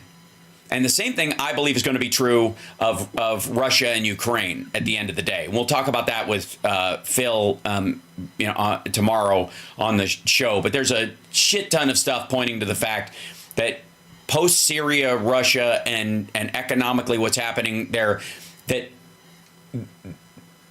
the writing is on the wall, and that there's going to be a point where everybody around Trump, whether he makes the decision himself or whatever, is going to go, oh, fuck, man, we let Russia tank and fall apart and we swoop in. I mean, the parts are worth more than the whole. You got a bunch of venture capitalists and vulture capitalists staring at Russia right now. They're salivating in a way they haven't since 1990. So, and that's the reality right now. That's whether he wants it or not, whether he thought, Elon Musk would, be able to feather his nest later at some point. He's got more money to make if somebody else takes that place over, and he can, find ways of seizing accounts and all kinds of other shit, and pat himself on the back and probably demand a finder's fee as president, which he'll probably be the first president to ever do. Like, seize $200 billion of Elon Musk's money, and he'll want a finder's fee for getting it, like he did it himself. That said, somebody was saying in the point about how only the rich and Gattaca and Elysium and all these stories about how only the rich will be able to afford this live forever, treatment, whatever it is. Now, in the beginning, there's some truth to that right now, in that there are people getting stem cell treatments and it's very expensive, and they're flying to Mexico, and there's that one dude who's spending $1 million I want to say a year or a month, I don't know what the number is, trying every possible de-aging thing that they're doing, and that's true. If you're on the cutting edge of it right now, you can only afford to do it because it's all extreme. But let's say you're an insurance company, and you have a choice. You can pay for cancer treatments and amputations and diabetes and heart disease and stents and all that shit, or you can simply pay for, every couple of years, like a subscription service, a stem cell DNA treatment that has, come into play, that avoids having to pay for all those other things, that cuts off it limits your expenditure, right? You're going to pay for 20 different age-related diseases, or what's effectively Ozempic in these situations. That's what we're talking about. We're talking about like a age-related Ozempic situation until such time as we outgrow that as well. Because even the Ozempic thing, there are some people that will have to be on it forever because of the nature of how their body metabolizes sugar. Everybody else can do it for a short time and stop. And they know this. And so that's why insurance companies are starting to do this. And there will be an issue where this will change the material financial decision, right? Yeah, I think they're interested in their bottom line, which means that they're limiting what they invest in terms of proactive treatment. And so they'd rather deal with it in the aftermath and then deny you care. I was watching Katie Tur was on the other day, and she was saying last year she had to have an emergency appendectomy, and it cost $90,000. And her insurance company said, "We're not covering this. Why aren't you covering this? Wasn't an emergency." Right. No, I'll just die of peritonitis. Thank you. Right. Yeah. It's absurd. And again, I don't even know how that is possible. It seems madness. And at some point, there's going to, I think the next big step, as much as the reaction to the shooter, and I'm against that full stop period. That's not how you solve this problem, nor would you be able to solve it this way. If anything, the people would, if you think that there are evil people running this kind of thing, they would resolve to say, fuck them, let them die more often. We shouldn't even treated this guy in the first place, and he'd already be dead. Like that, if you really think that's how they are, this would just shore up those people's belief point. But what you could see is a massive reaction. And again, this is one of those ideas. It's odd that has crept through into the Republican talking points even. Like I'm seeing, fucking Josh Hawley was castigating an insurance company executive in one of these things. Yeah, of all fucking, and it's because look at Missouri. Look at the health level in Missouri. It sucks. Look at how many people need their insurance there, and and obviously as a conservative, what's his idea? What his idea is that like we should get rid of Medicare, Medicaid, and Social Security, period. So the private insurance should take care of it. Well, if the private insurance fails to take care of it and they fuck around and people don't trust it, what's the groundswell going to be? Logically, right, would be the government needs to do this. If we can't trust private industry to do it, and there's no profit in it, and it's a non-profit motive situation, which is arguably the way it should be, I think, then we have to move it to the government. And that goes against his philosophy of Medicare, Medicaid, and Social Security don't need to exist. So he finds himself in this weird crisscross of attacking a private industry for not living up to their standard, right? To failing their customers, because who's the next buyer in line? The federal government. He's an asshole, and he's full of shit. But the talking point and the reality about the failure of large private insurance companies versus what the public insurance public insurance would protect is obvious to his constituents in Missouri. Yes, that's the point. He's attacking private insurance on TV. It's there for public consumption. That's for his voters in Missouri to see it, or anybody else who he may want to develop a national constituency with. So right, and he needs to do it. So understand, what does that mean? If he's bothering to say it, if he has to make that argument in public, that means the public he relies on, right? Not us, but his voters need to see him doing that, and he's got to seem mad while he's doing it and committed to it. That's pretty fucking new on the Republican side of things. Now, again, it's not because he's a good person. It's not because I trust him to do the right thing. And it's certainly not because he's headed in a direction where there should be a public option. But he's accidentally arguing for it. Mm-hmm. Yeah, and not persistently, I would warn, too, because once these companies get their wicked way with things, and hopefully they won't, but if they do, I mean, that level of attack is likely to diminish once the point has been made. Let's get your foot in the door, and then we'll see what ways we can help you make a larger bottom line profit once that happens. Well, again, for right now, here's the problem that here's the problem that they have as well. There is humans have become, in first world countries especially, very comfortable with the concept in an advanced age, and we're getting into the question. I want to remind everybody, this is Carl Alessi. This is Hal Sparks Mornings, Megaworldwide, and this is the NASA section of the of Friday Eye, and where there's a lot of overlapping science and tech to this as well. But one of the things in talking about like the extension of lifespan and what that means, and the possibility of the singularity, and then of course humans going off-world, which is going to be a big talking point. The irony that this has been one of the driving forces of Elon Musk's talking points, and why people think he's a genius to start with around SpaceX and Mars and his Occupy Mars shirts and all that shit. It's part of his brand.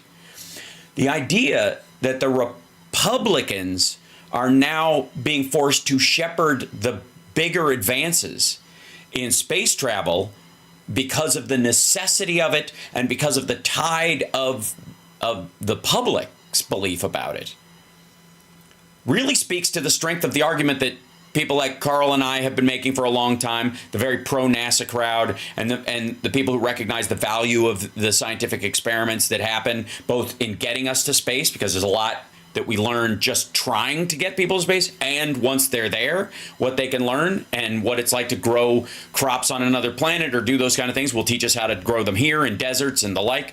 So there's so much value to be had. Well, that's been a talking point amongst Democrats in large part forever, almost entirely, right? Now, and that cost reduction due to collateral technologies goes way back again to the 60s. I mean, integrated circuits in the 60s and the early 60s used to cost a fortune.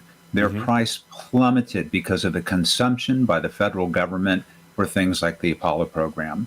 That's where it came from. And guess what came from all of that as a follow-on? Because ICs were a lot cheaper. Yeah, right. And that, what I'm saying is, it's interesting that you talk about, we often reference to the fact that like the last Roman emperor was the first pope, that the Romans the Roman Empire didn't cease to exist. It transmuted into the Catholic Church because they realized that you could gain your ideas and your control over resources and all kinds of other stuff was easier to impose. It went through words and perhaps manipulation, cajoling, or the spreading of a belief system, than through just military might. It was not enough. Just having enough soldiers and being able to feed them the further and further they got out was a failed metric for everybody. Okay? And and so the idea transmuted from the Roman Empire, and we think about that as like the Democratic Party as a whole, which still exists, and that's not, it's not a direct analogy, but you work with me on this. But certain ideas that once they're on a roll, they're not coming back. And the same thing has been true of like, as much as certain Republicans want it, gay rights and the like. I mean, as much as they're like, we're going to get rid of gay marriage, and some of these guys have been talking about it lately. Besant, Trump's Treasury Secretary, is a married gay man with children. Not only is he married, they've biologically created children. I believe they got I don't think they adopted. I think they got, they had a surrogate. I mean, think about the conservative heads that would have rolled about that shit in 2000, in 97. And now Donald Trump, who's the savior of the conservative party and the evangelical choice to do it, has put two out gay men in significant positions. Rick Grinnell, who's gay man. Rich, yeah, well, that's obviously a big part of it. And of course, Peter Thiel, also a rich gay man.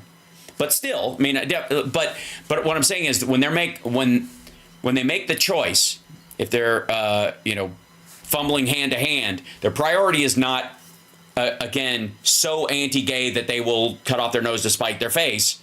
They will default to what's practicable, what's functional, and what's beneficial to them and those around them.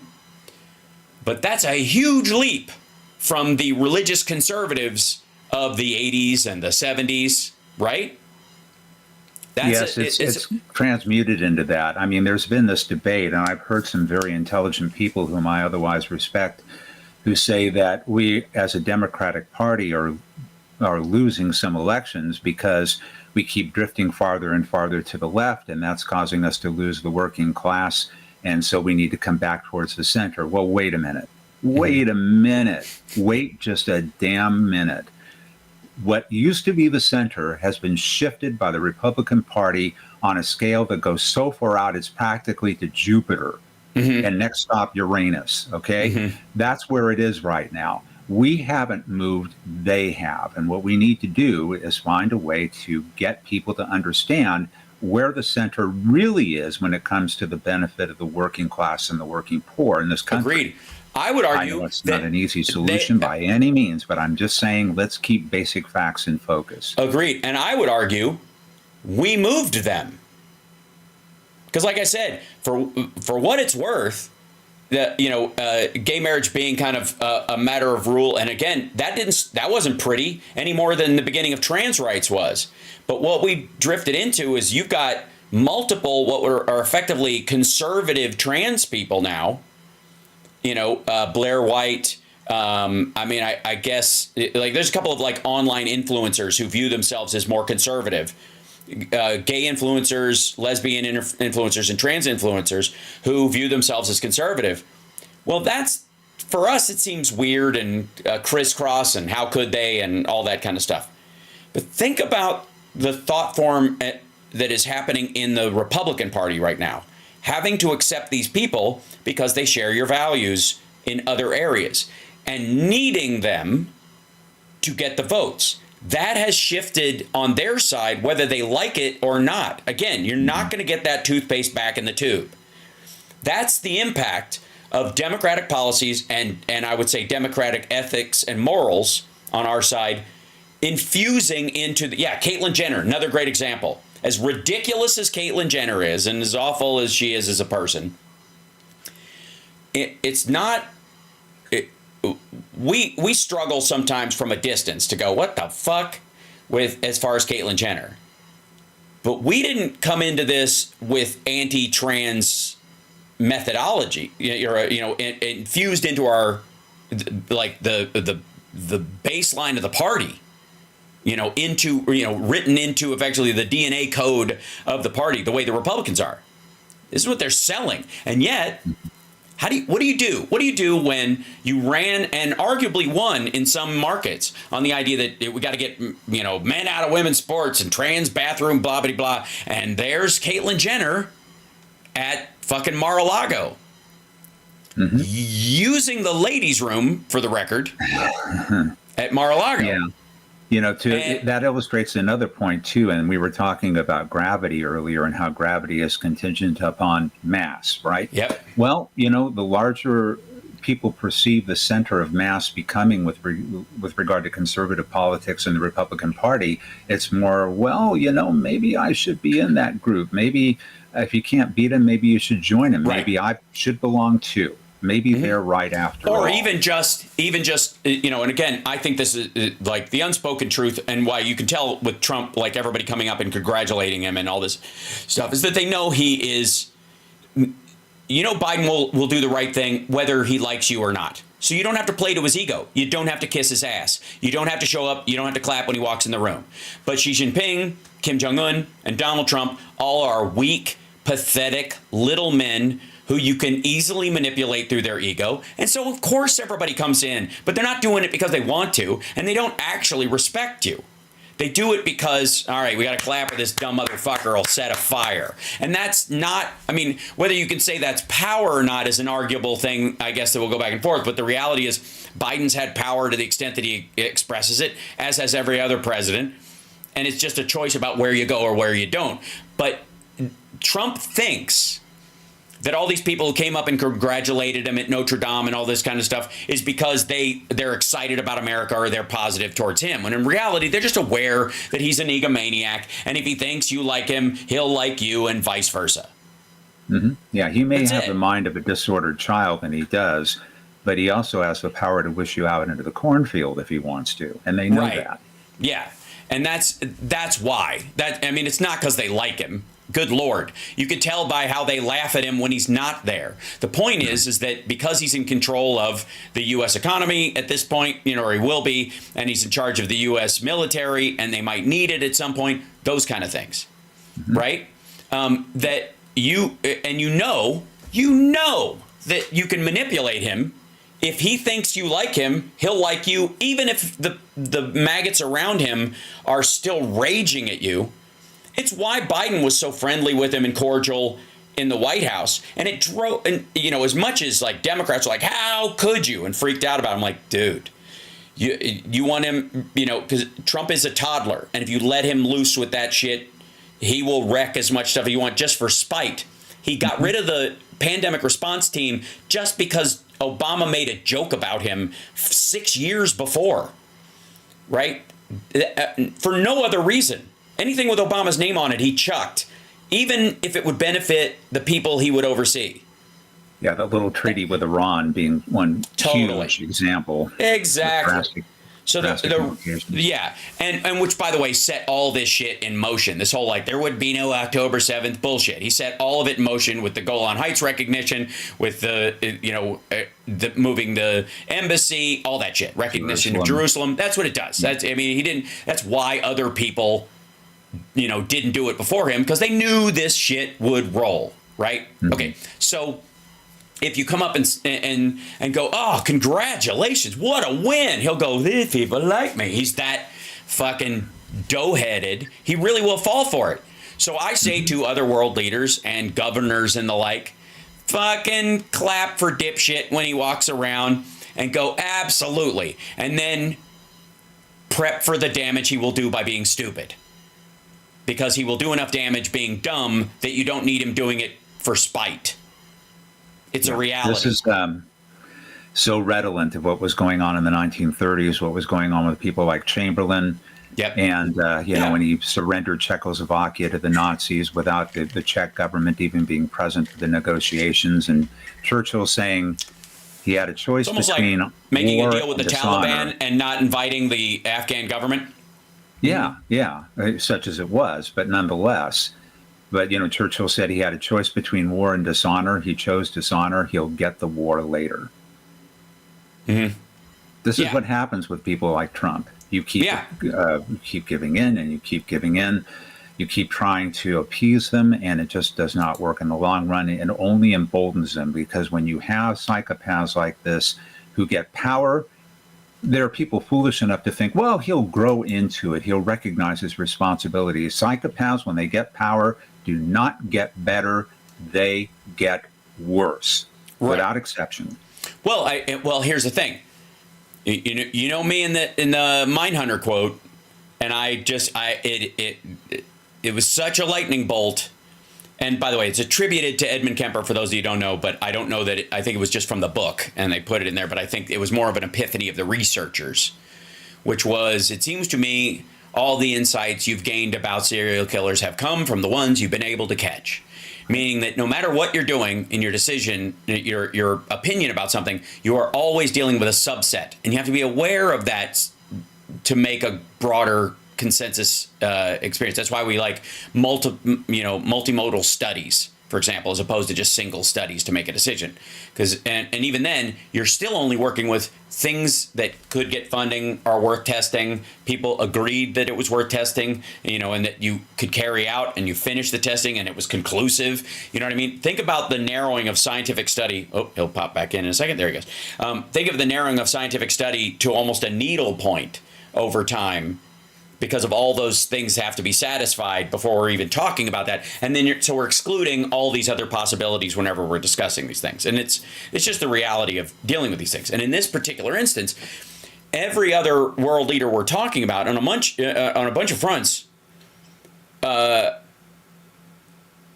had a couple that were on like their deathbed and were completely insane, and we're ordering things, and people followed through on them. Most of the time when they're on a hard fade, it's the secondary person. I lost you there for a second, but I still see you on the screen, so I hope you can still hear me.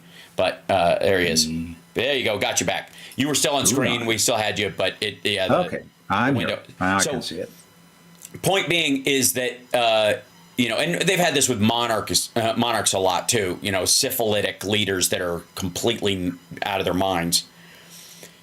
But it's the people substructure around them making the decisions, whether those people are moral or not. This is why Trump's cabinet picks are so important, because he's a jelly-headed mess right now, and he's not going to get better. So it isn't that I believe playing to his ego will set a thing in motion where he'll, think the sun shines out of his ass and decide that he's king of the world.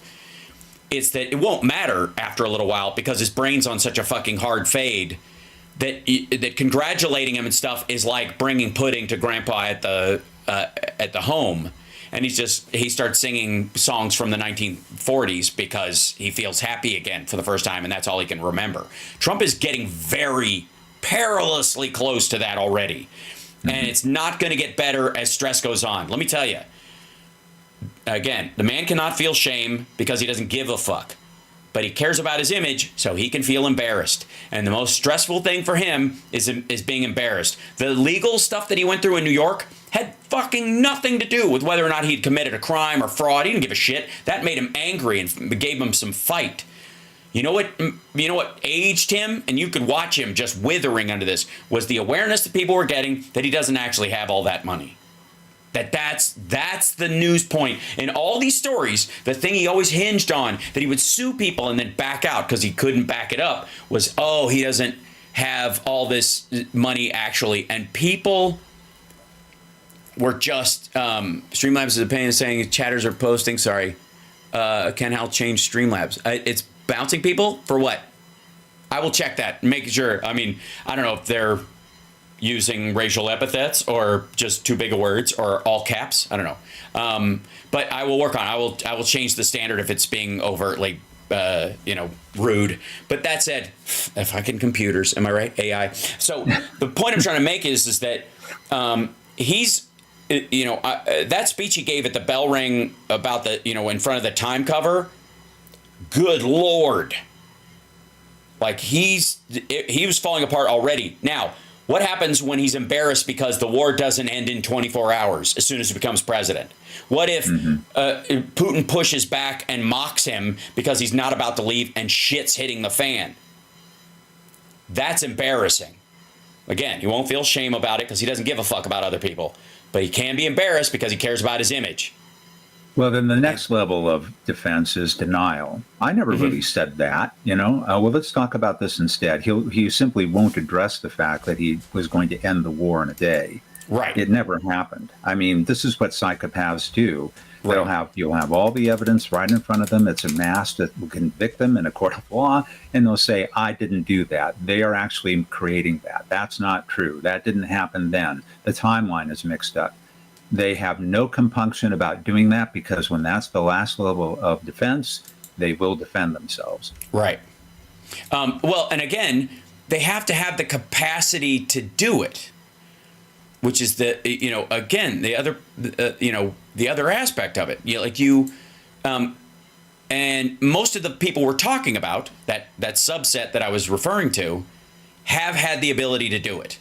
Hitler, even in his sort of methed out extremity at the end, started to collapse. But previous to that, he was able to control people, give speeches. A lot of what he said, even if you look at the English versions of, that they've done these AI versions of the speeches where they put an English voice to what he's saying to make you kind of more aware of what it sounded like to the average German, sounds a lot like what Trump is saying to people. And it was bullshit.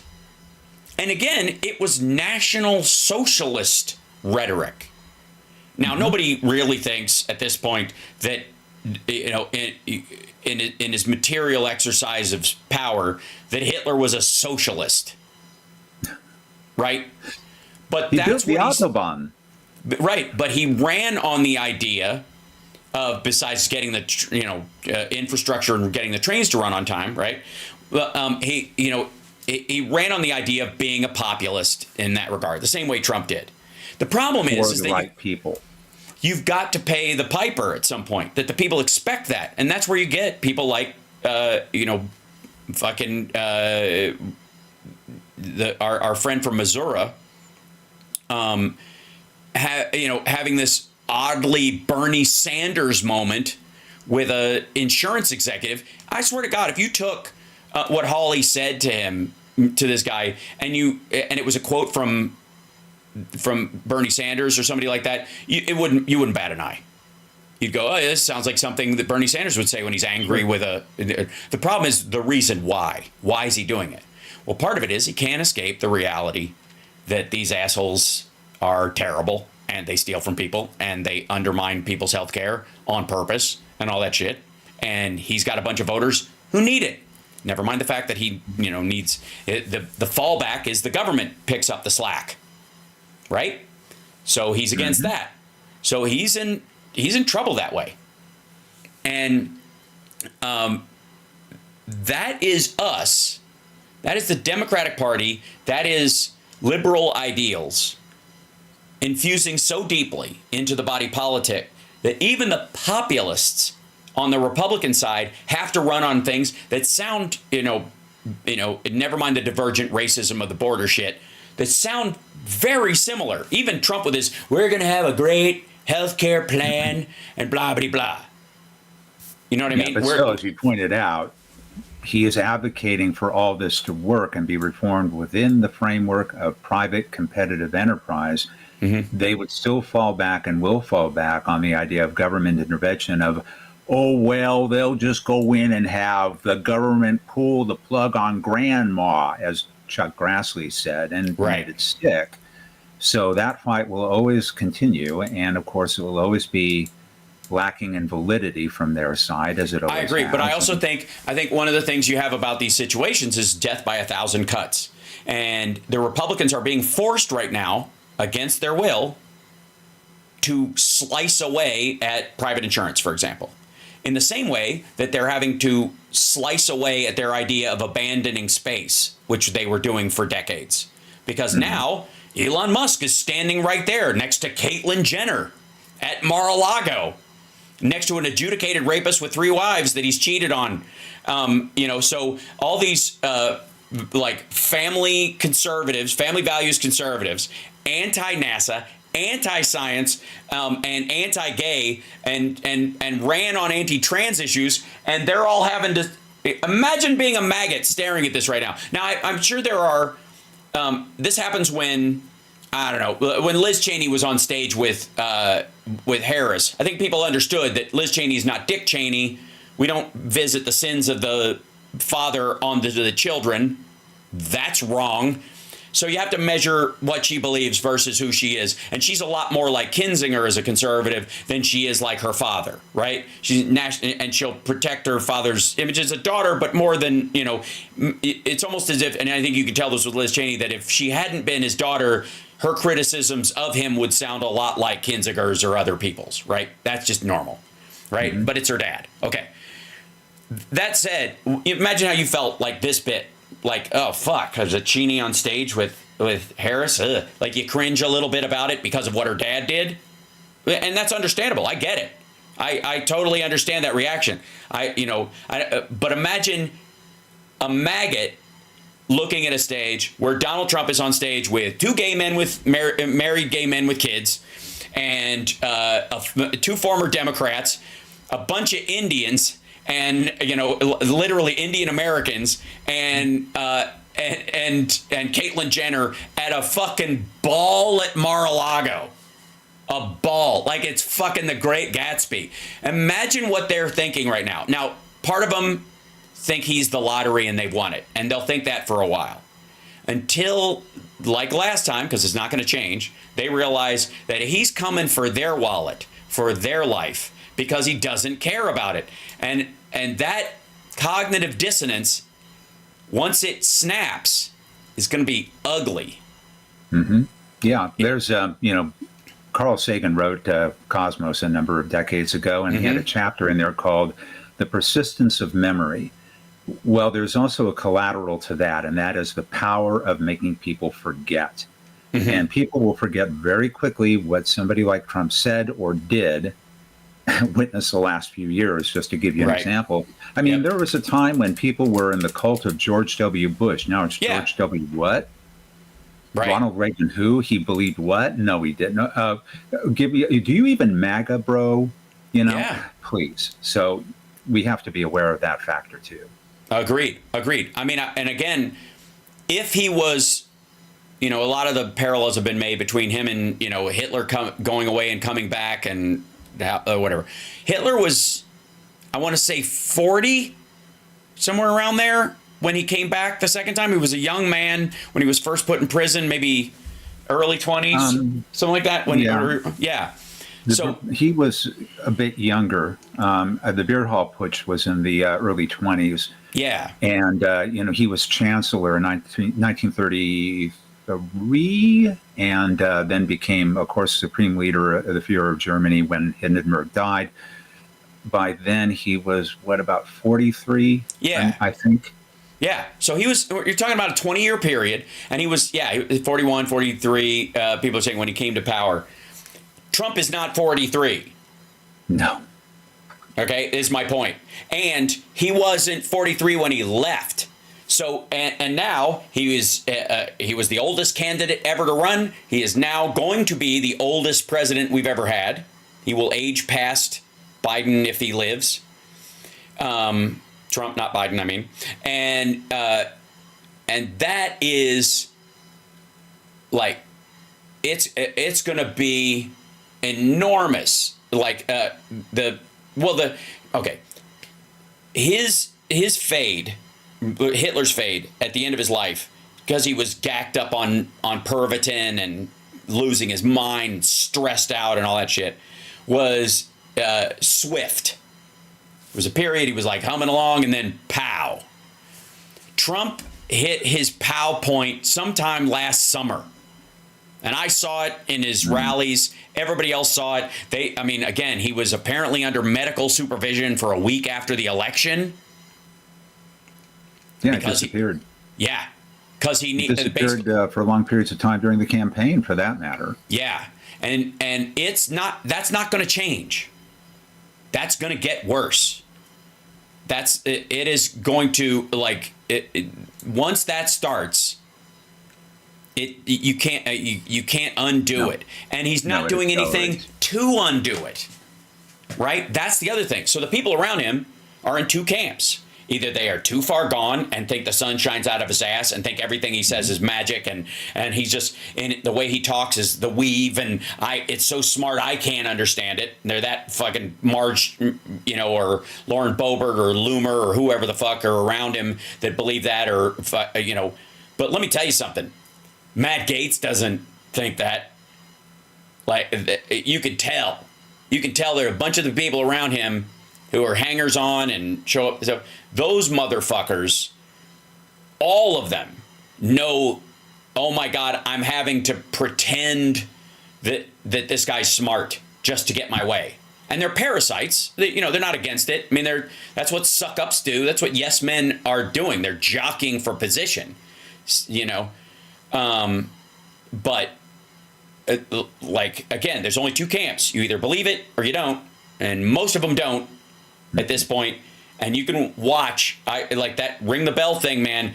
The people standing around him, the new ones who were just happy to be there, Loeffler, who had been kind of out of the circle for a while, was like, oh, I get to go to this thing. Oh, this is lovely. But everybody who's been around him for the last couple of weeks or the last couple of months, who've been part of the process, they're all watching him going, oh, shit.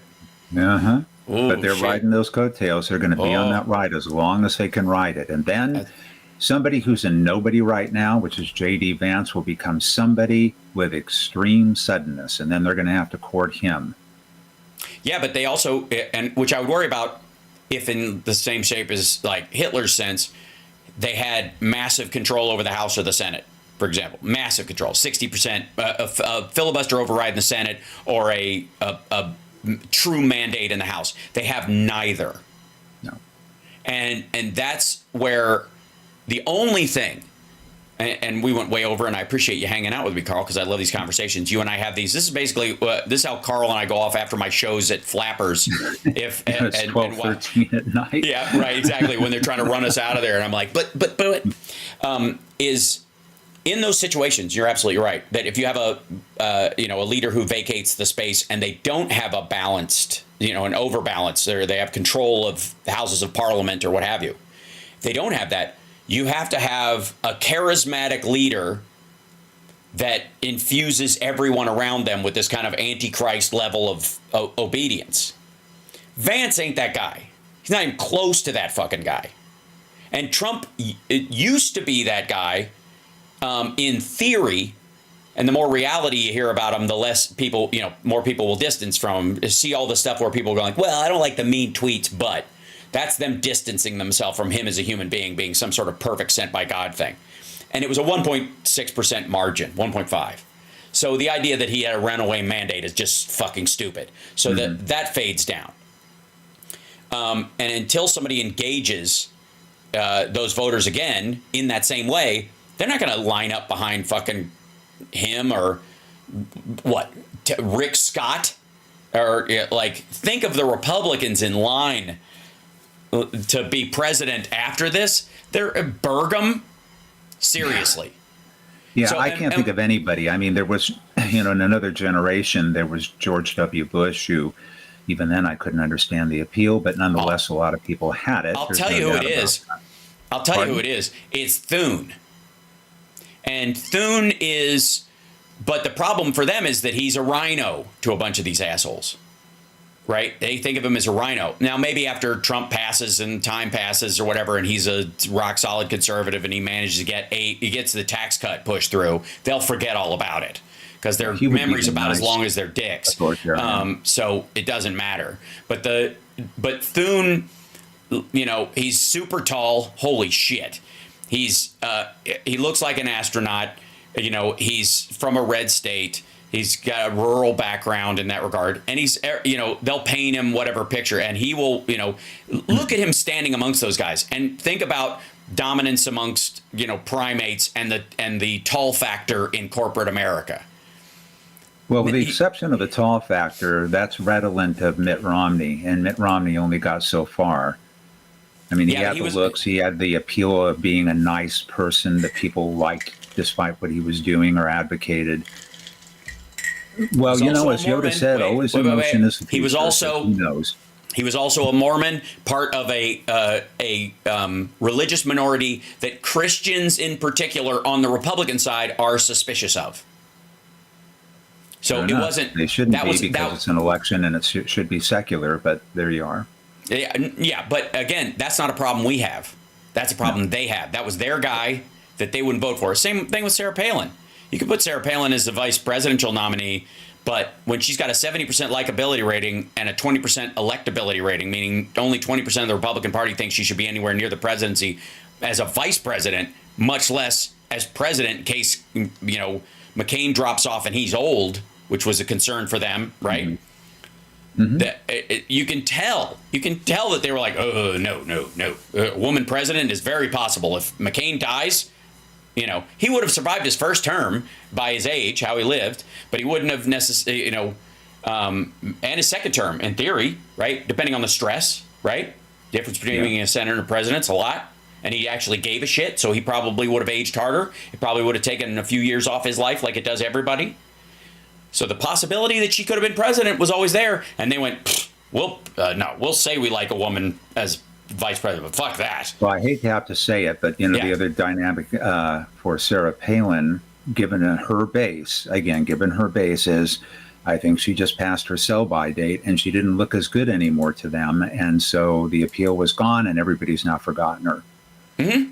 Yeah. I mean, like you could look at Lauren Boebert as like the Sarah Palin clone physically, because they view women candidates and women running offices in the same way that they sort of view women anchors on news.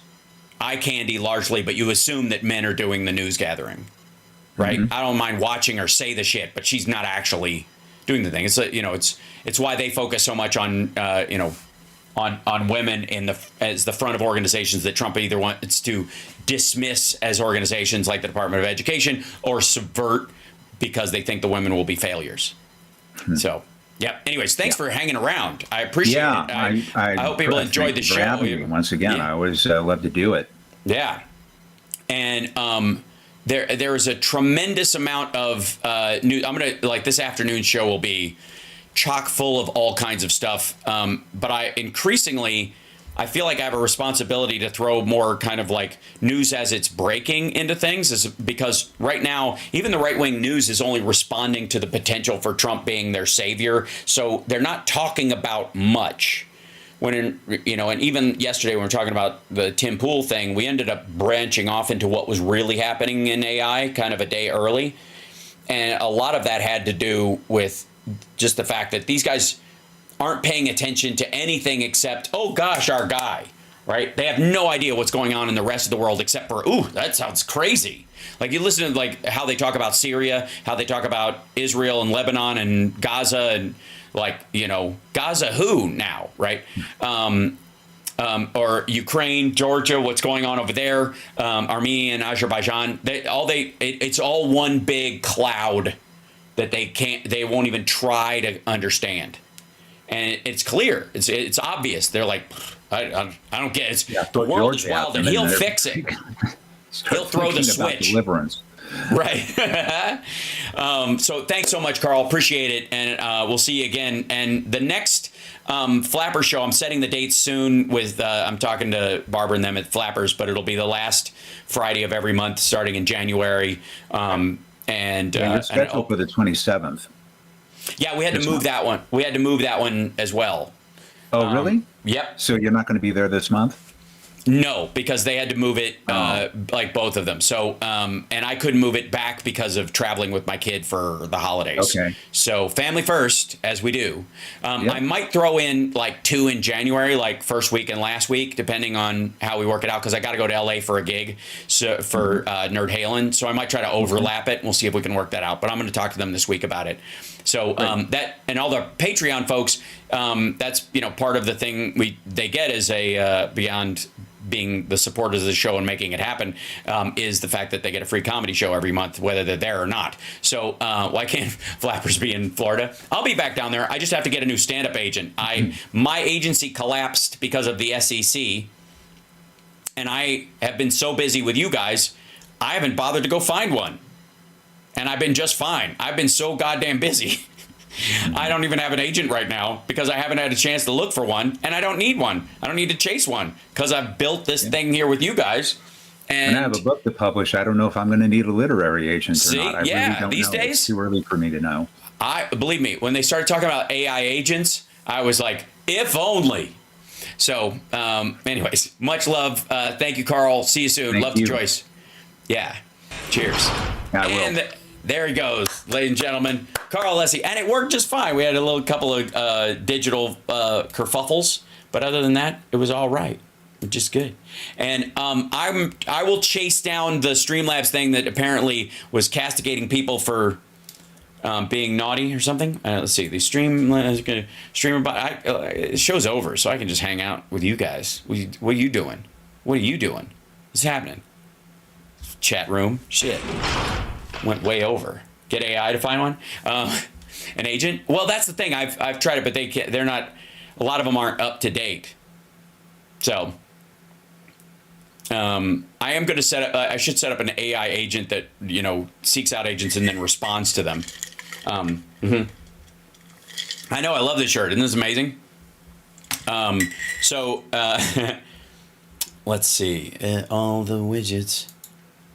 All the lonely widgets. There's so many crazy things. How does it, there's some of these, I gotta say, while we're hanging out, what are you talking about? While we're talking, let me check in this thing. So, let's see. Oh, I see. Click in section weights, water bottles. Oh, I guess there's a spin wheel thing. Let viewers customers to win prizes or incentives. Okay. Yeah, I'm going to have to watch the tutorial on that. I have no idea how to make that work. Shit. But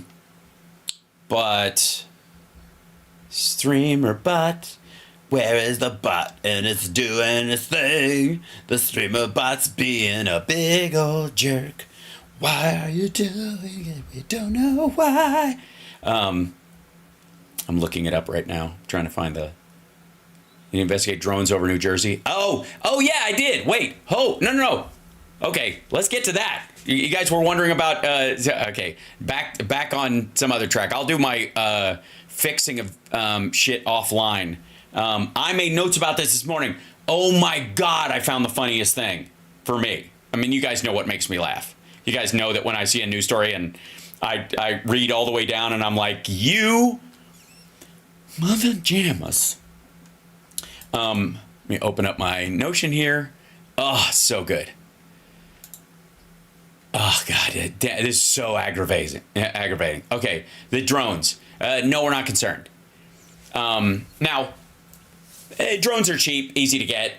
There's a reason why people are having to license them over a certain size and that kind of stuff, and people will use them for all kinds of creepy shit and whatever. Oh my God. Okay, so this is okay. New Jersey. This is my favorite one of this. New Jersey drone mystery. What to know and what can be done. Hunt.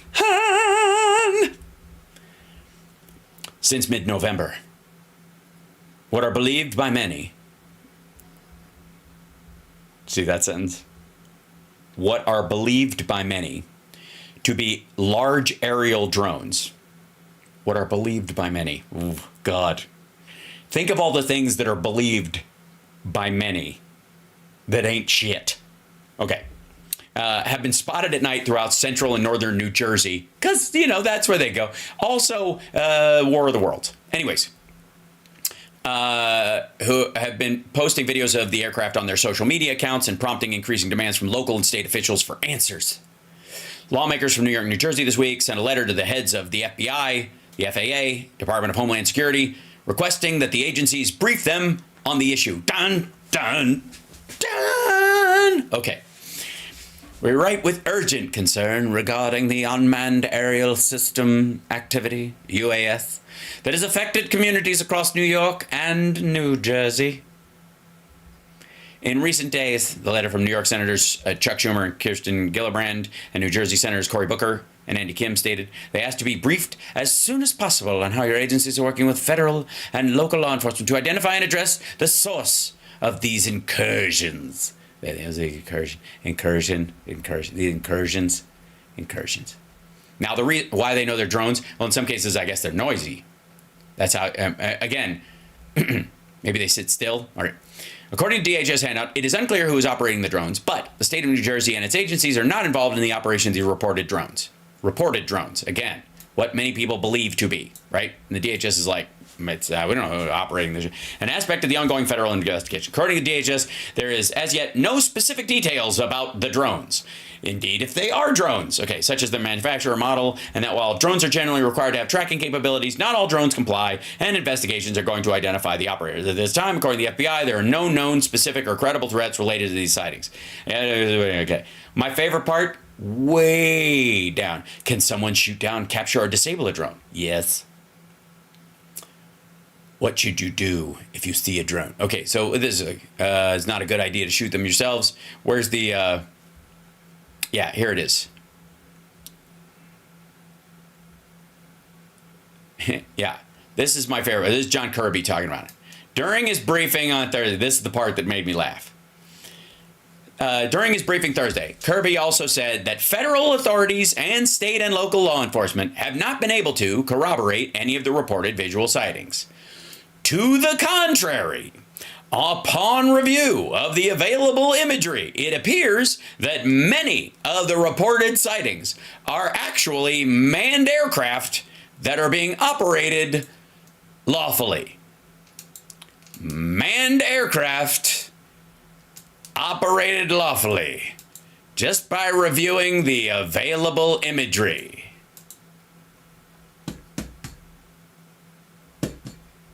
But why read all the way down at that part of the article when the top sentence says, what are believed by many to be God damn, it makes me... Why? Why wouldn't you put that at the beginning? I'll tell you why. Because nobody will keep scrolling like this. That's why. If you put this shit at the beginning, nobody will read this other horse shit.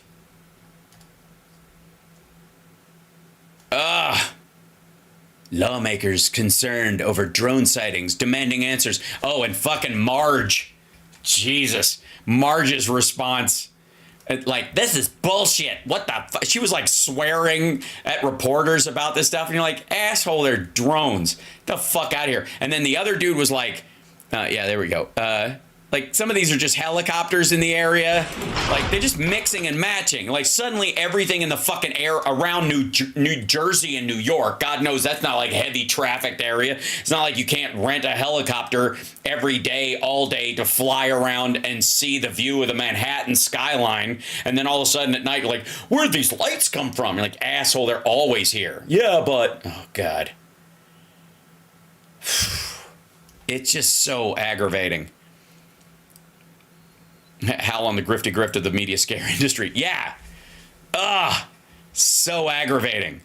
I'm going to see if I can find the Marjorie Taylor Greene thing on drones where...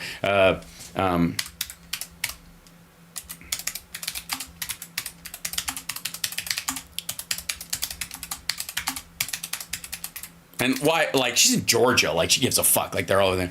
And this, okay. So this is the dude. Please, wait. Government to shoot down those drones. They gotta do the things that we got to. Shit. I'm staying over. I don't care. We're just gonna keep, I'm gonna roll this for you. So, this is shit. Dow futures are down, by the way, after Trump rang the bell. Whatever. Anyways, Jersey Drone Mystery, which, nice graphics, by the way. It's like the shittiest novel you can buy on Amazon. I wrote it in a weekend, and it's self-published, but it's got a lot of explanation. The appendix is the most exciting part. Right, okay. So, this is, New Jersey congressman berates the Pentagon's lack of information regarding drones. Yeah, this is the bottom line. This is absolute rock bottom of what's going on. Drone City. Andrew, who is calling on the government to shoot down those drones. Yeah, I think we should have the government fire projectiles over highly populated areas at shit without knowing what it is in the first place. Genius! Congressman, Deputy Pentagon Press Secretary Sabrina Singh directly refuted your claims today. She essentially called you a liar. I think, actually, to be fair, a dumbass. About the drones that they're connected to Iran. Listen to this, and I'm going to get your reaction. Sightings that have been reported. At this time, we have no evidence that these activities are coming from a foreign entity. Oh, by the way, that guy said that, so you know, he said that Iran has parked a mothership off the coast of off the east coast of the United States that is launching drones. For real. A mothership. He said mothership. Drew, who is a Republican from New Jersey, was just on the air saying that Iran launched a mothership right, but like a motherfucking ship? Probably about a month ago that contains these drones, and that mothership is off the coast of the east coast of the United States. Yeah, I don't know. It's a pretty big coast. How far off? Because you can't see it. You're a congressperson. I got news for you. All Congress people can look at satellite imagery of the around the borders of the United States anytime they fucking want to. They don't even need security clearance. They can just go peek. Is there any truth to that? There is not any truth to that. I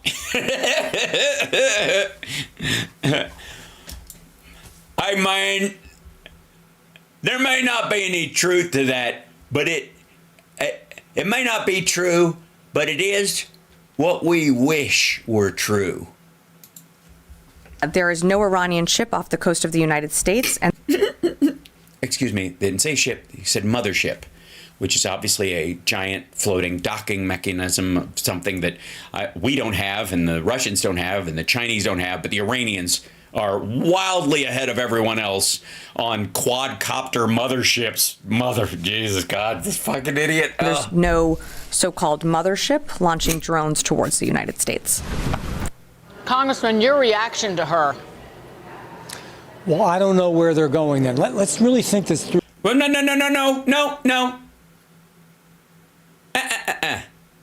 You don't know where they're going? You stated it. You said it existed. Wouldn't you be responsible for the evidence in the first place? Like, this is, again, extraordinary claims require extraordinary evidence. Real quickly, we know that, I hope we know that Yeah, I hope. it's not the United States government that is putting these drones out there. Hey, whoa, fuckwad. Nope. Hang out. You didn't say it might be the U.S. government, but you said Iran launched a mothership of drones and it's off the East Coast and it's releasing these things. You didn't say, I think, maybe, it's possible, what if? You said it was. So don't back up to like it might be our government. Eat shit. Either that or they're lying to us. We know it's not a backyard hobbyist because they don't have the ability to do this. They have no kind of drone that's for sale that's this large, and no company in America is producing. Dude, it has landing lights on it. What the fuck is wrong with you? Drones like this, nor would they put them out. So we know all the things that it's bullshit. Not. They tell us nothing. They've given us no information. I had highly. Yes, they have. They responded and said the tracking information, what people are seeing and tracking largely because everybody's looking at the sky now, and you live in Jersey and around New York, you can see a lot of flying vehicles. Placed individuals who were whistleblowers that came to me that are involved with this issue. Oh yeah, whistleblowers. So let me get this straight. Somebody, they're in the military, the Homeland Security, something like that. They went to their superiors and said, hey, Iran has a mothership parked off the coast of the East Coast, and it's releasing drones over the eastern seaboard. And their superior said, no, we're not going to tell anybody. We're not going to do anything about it. I'm on the side of Iran. And so they decided to call the biggest dipshit they knew.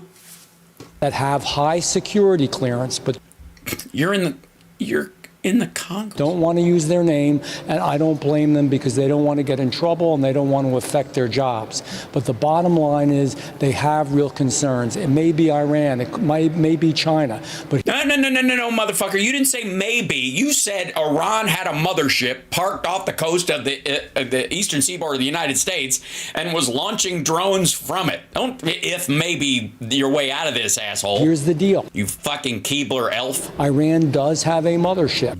By the way, Jeff Sessions called and he wants his head back. Iran does have a mothership? It is now not at this point in Iran where it usually is at the port, and it's somewhere else. And here's the other deal. Sorry. Hold on. First of all, Iran doesn't have a what the fuck do you mean mothership? What? That's not a thing. You know that, right? There's no mothership port. What? Who? And sorry, if a fucking boat, it's not. If a ship leaves a port, it doesn't automatically means it's in like our waters and we can't fucking see it. Do you think we wouldn't notice an Iranian ship? You think these? Good Lord! You think these things? You think they're top of the line? It's Iran, you asshole. We know that these drones are flying in and out of the ocean, so they're leaving, and the Coast Guard has reported this. They are going into international waters. They're leaving the mainland United States and going into those waters. They're not pontoons where they're landing. They've got to be landing on some kind of a ship or something. Or they're aircraft flying out to sea. Most of all, I can't believe that these whistleblowers would lie to me. And you know... well, I can't either. Knowing them as well as I do, they've always been people of their word. maybe, I don't know, maybe they would come forward. What are they worried about? Okay, hold on. Real quick. Does anybody believe that a whistleblower who's concerned about Iranian aircraft, drones flying over the eastern seaboard, coming from an Iranian ship, would be afraid of losing their job because of the Biden administration or the incoming Trump administration? Right? I mean, I don't know why the Biden administration or anybody around them would kick someone's ass for bringing it up, that these are coming from this thing and we're not doing anything about it, right? Because they're on their way out. And then, are they worried about the Trump administration? That seems to be it, right? They're worried that the Trump administration's going to penalize them. Why the fuck do you have to be a silent whistleblower about something like this? Who gives a shit? Why is this a thing? How are they going to lose their job? Why couldn't they just go to the Congress and go, hey, you need to talk to my superior and ask them about this, and they know this and they're not telling you. And then you bring that person out and you direct your fire at the person just above that person who told you and go, why aren't you getting to the bottom of this, right? How easy is that? This is so weird. Again, there are two categories this falls into: mystery or stupidity.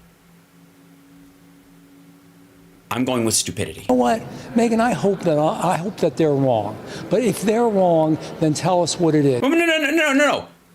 You hope they're wrong. Wait a minute. Someone is whistleblowing their opinion? Dude, I don't care. Like, for fuck's sake. A whistleblower can only blow the whistle on stuff they know. You don't get to subvert the chain of command because you have a weird, dumb idea and no evidence. The fuck? Think about how fucking dumb this is. You can't blow the whistle on a difference of opinion. Jesus. That's not a thing.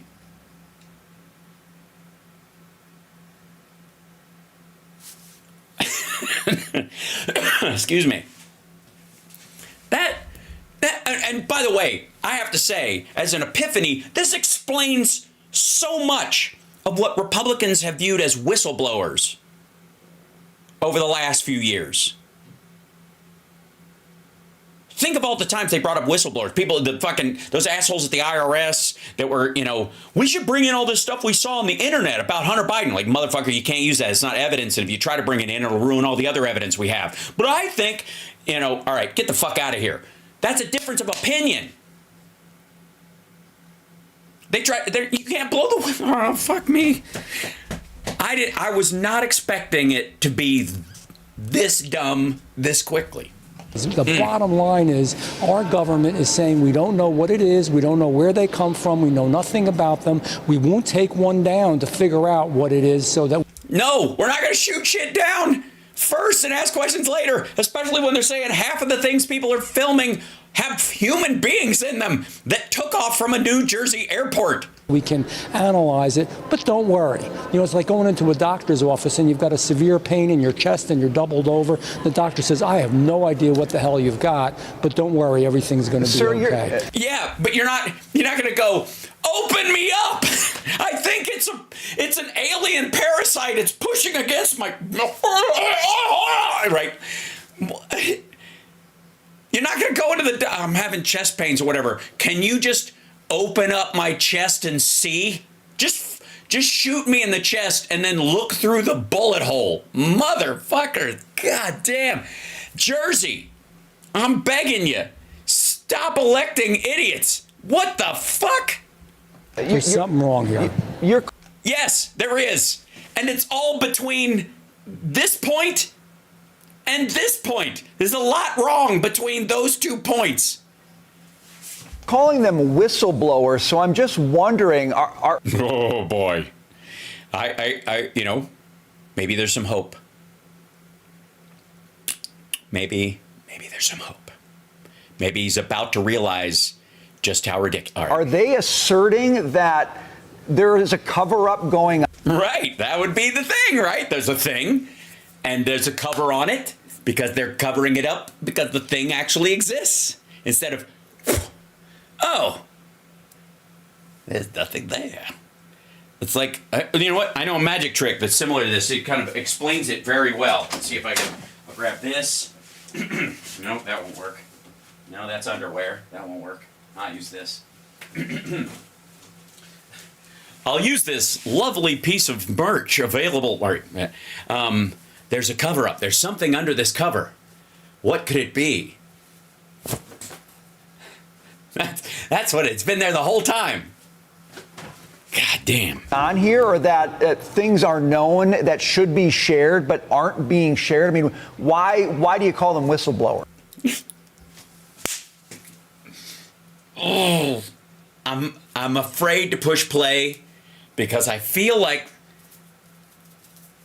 the response is going to make me angry in a comedic way. Here we go. Hang in.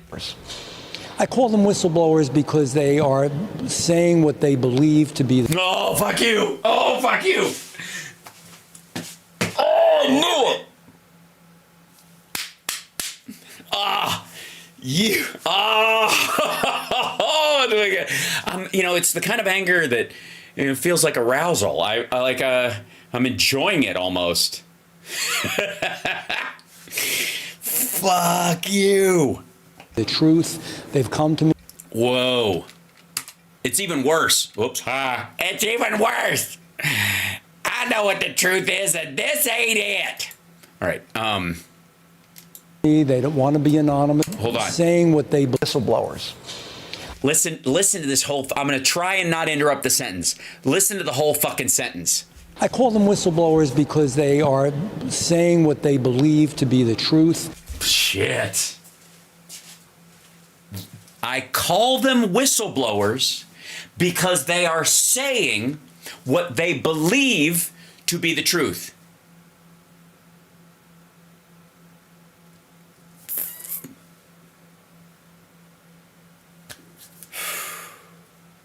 How dumb? This dumb. They've come to me. They don't want to be anonymous because they are concerned about their futures and their jobs, and they have told us information that we didn't have. We do know that China and Iran have been dealing with drone technology, and that China has been selling Iran drone technology, and that they do have it. And yeah, you don't need a fucking whistleblower for that. So what?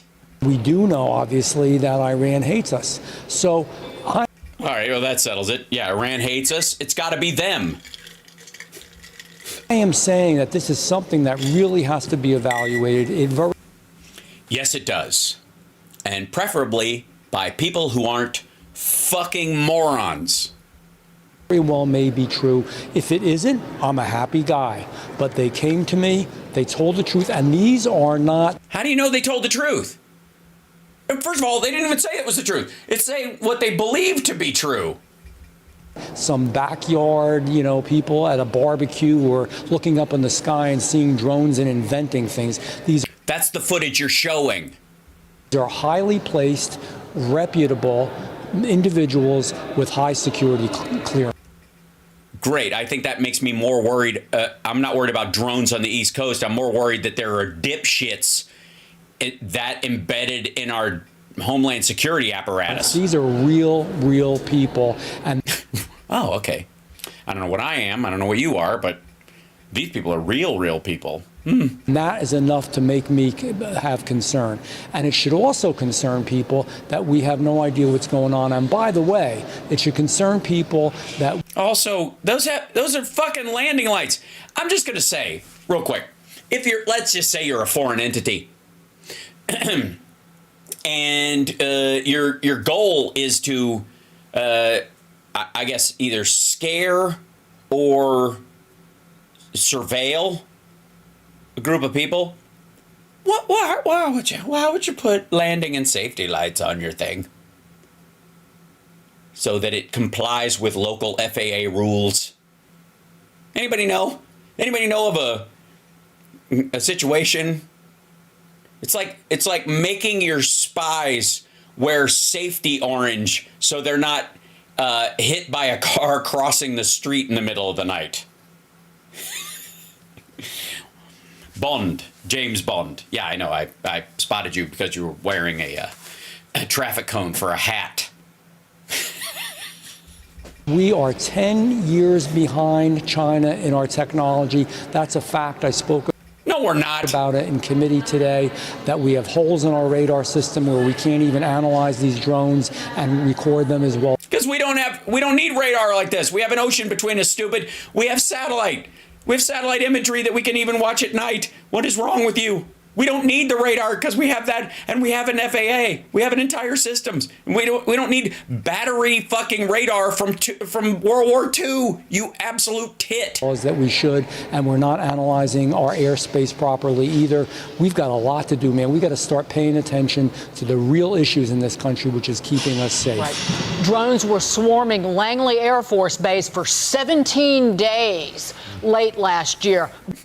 Were they? They were swarming Langley for 17 days. Swarming. Big mystery to the Pentagon. Earlier October last year, 5 drones were swarming a nuclear site in Nevada. Where is the Pentagon, Congressman? Also, you do realize people are testing programs where they use drones for site survey and oh God.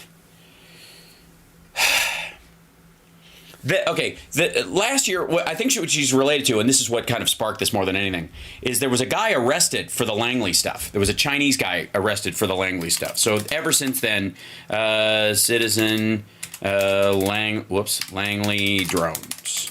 There was a guy arrested. Yeah.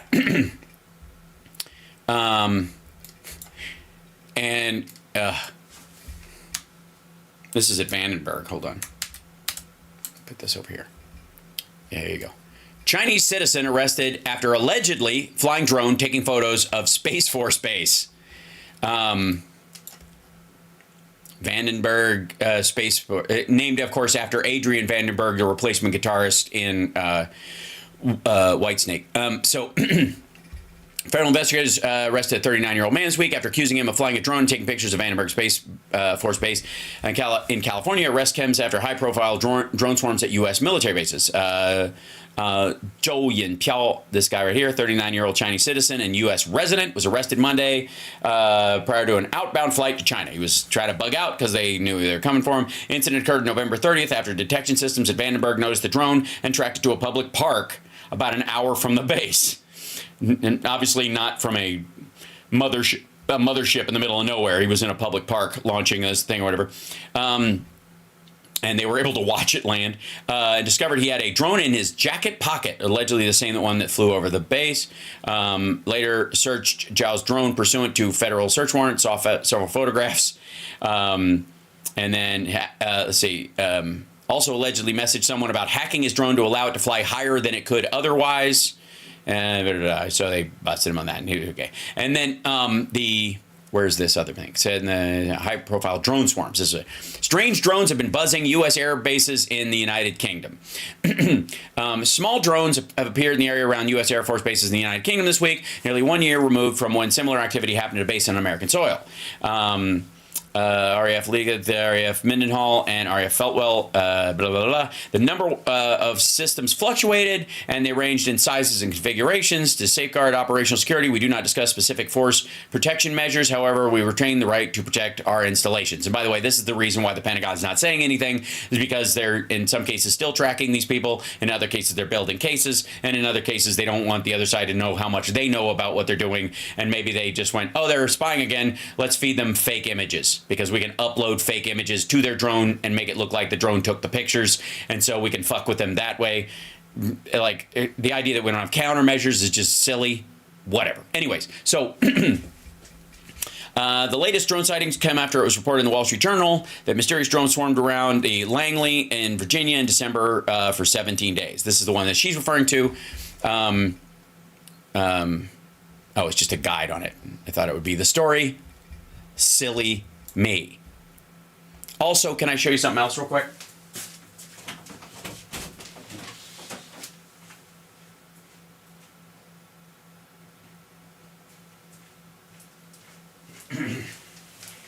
See this?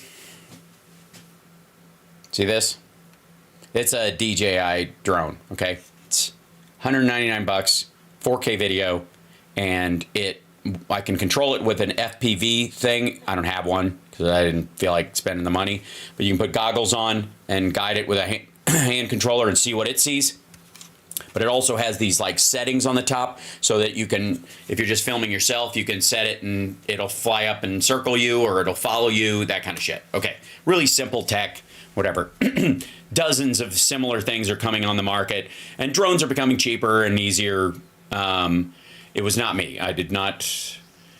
I specifically, because I am still studying to be a pilot, I don't use my drones or fly anywhere near a military base. I think it's just right, personally. But yeah, this is $200. This is a DJI. This is like the Chinese model even. This is the company, right, that everybody's worried about.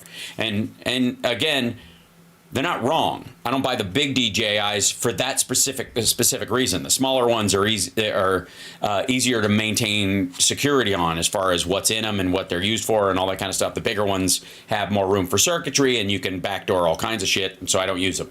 That said, it's not weird at all that these folks would have, not yet, right? It's not weird at all that this guy, that's why they said he had it in his jacket pocket, and programming it to go higher than it normally would. That's why. And yeah, the reason I got it, why would Hal Sparks have this drone versus others? This. So that if I use it in a show, and I do this with Nerd Halen with my other little mini drone, the Snap drone that I have, which works great, but just the quality isn't that great.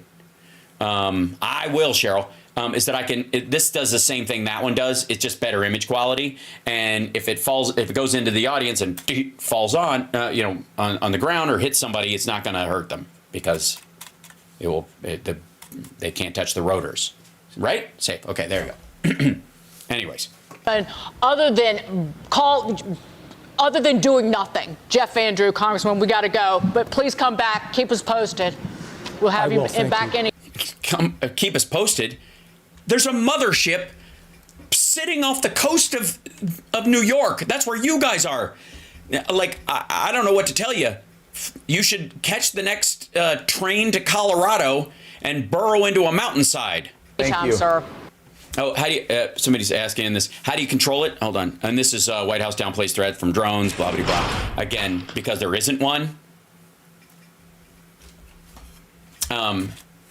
Camera drone at Temu, $25. Yeah, the Temu ones are shit though, as most are. But they're cast-offs, and even those are better than ones that were around a year ago. Yeah, you can control it with your phone. You can control it with a remote control, that looks like a game controller, and you can also use like FPV goggles to watch what it sees and then control it that way. But this thing has an auto follow feature that you like wave at it and it knows you and it will just follow you around. So if you're going for a jog or any of that shit, right? You can have it run with you or go on a hike. Yeah, that video was worse than Tabul, totally. And that was Fox, for fuck's sake, Fox Business. Anyways, you're right, I gotta go. I stayed over because I love you guys, but I will see you this afternoon. And I have to go buy a Christmas gift right now. Because the store was closed yesterday before I got out of where I was, and I wasn't able to go do that. So I'm that's the DJI Neo. All right, it's $199 on Amazon. I'm nothing if not frugal with my weird stuff. Like again, it's partly why I got into building my own electronics, because the price of the big one was too much, and I was like, I'm not going to buy a piece of throwaway gear when I can build it and learn about it at the same time. Yeah, I'm weird like that. Okay, just know that. Just know I'm weird like that. And just, you know what? You guys should really consider yourself lucky that I'm on your side.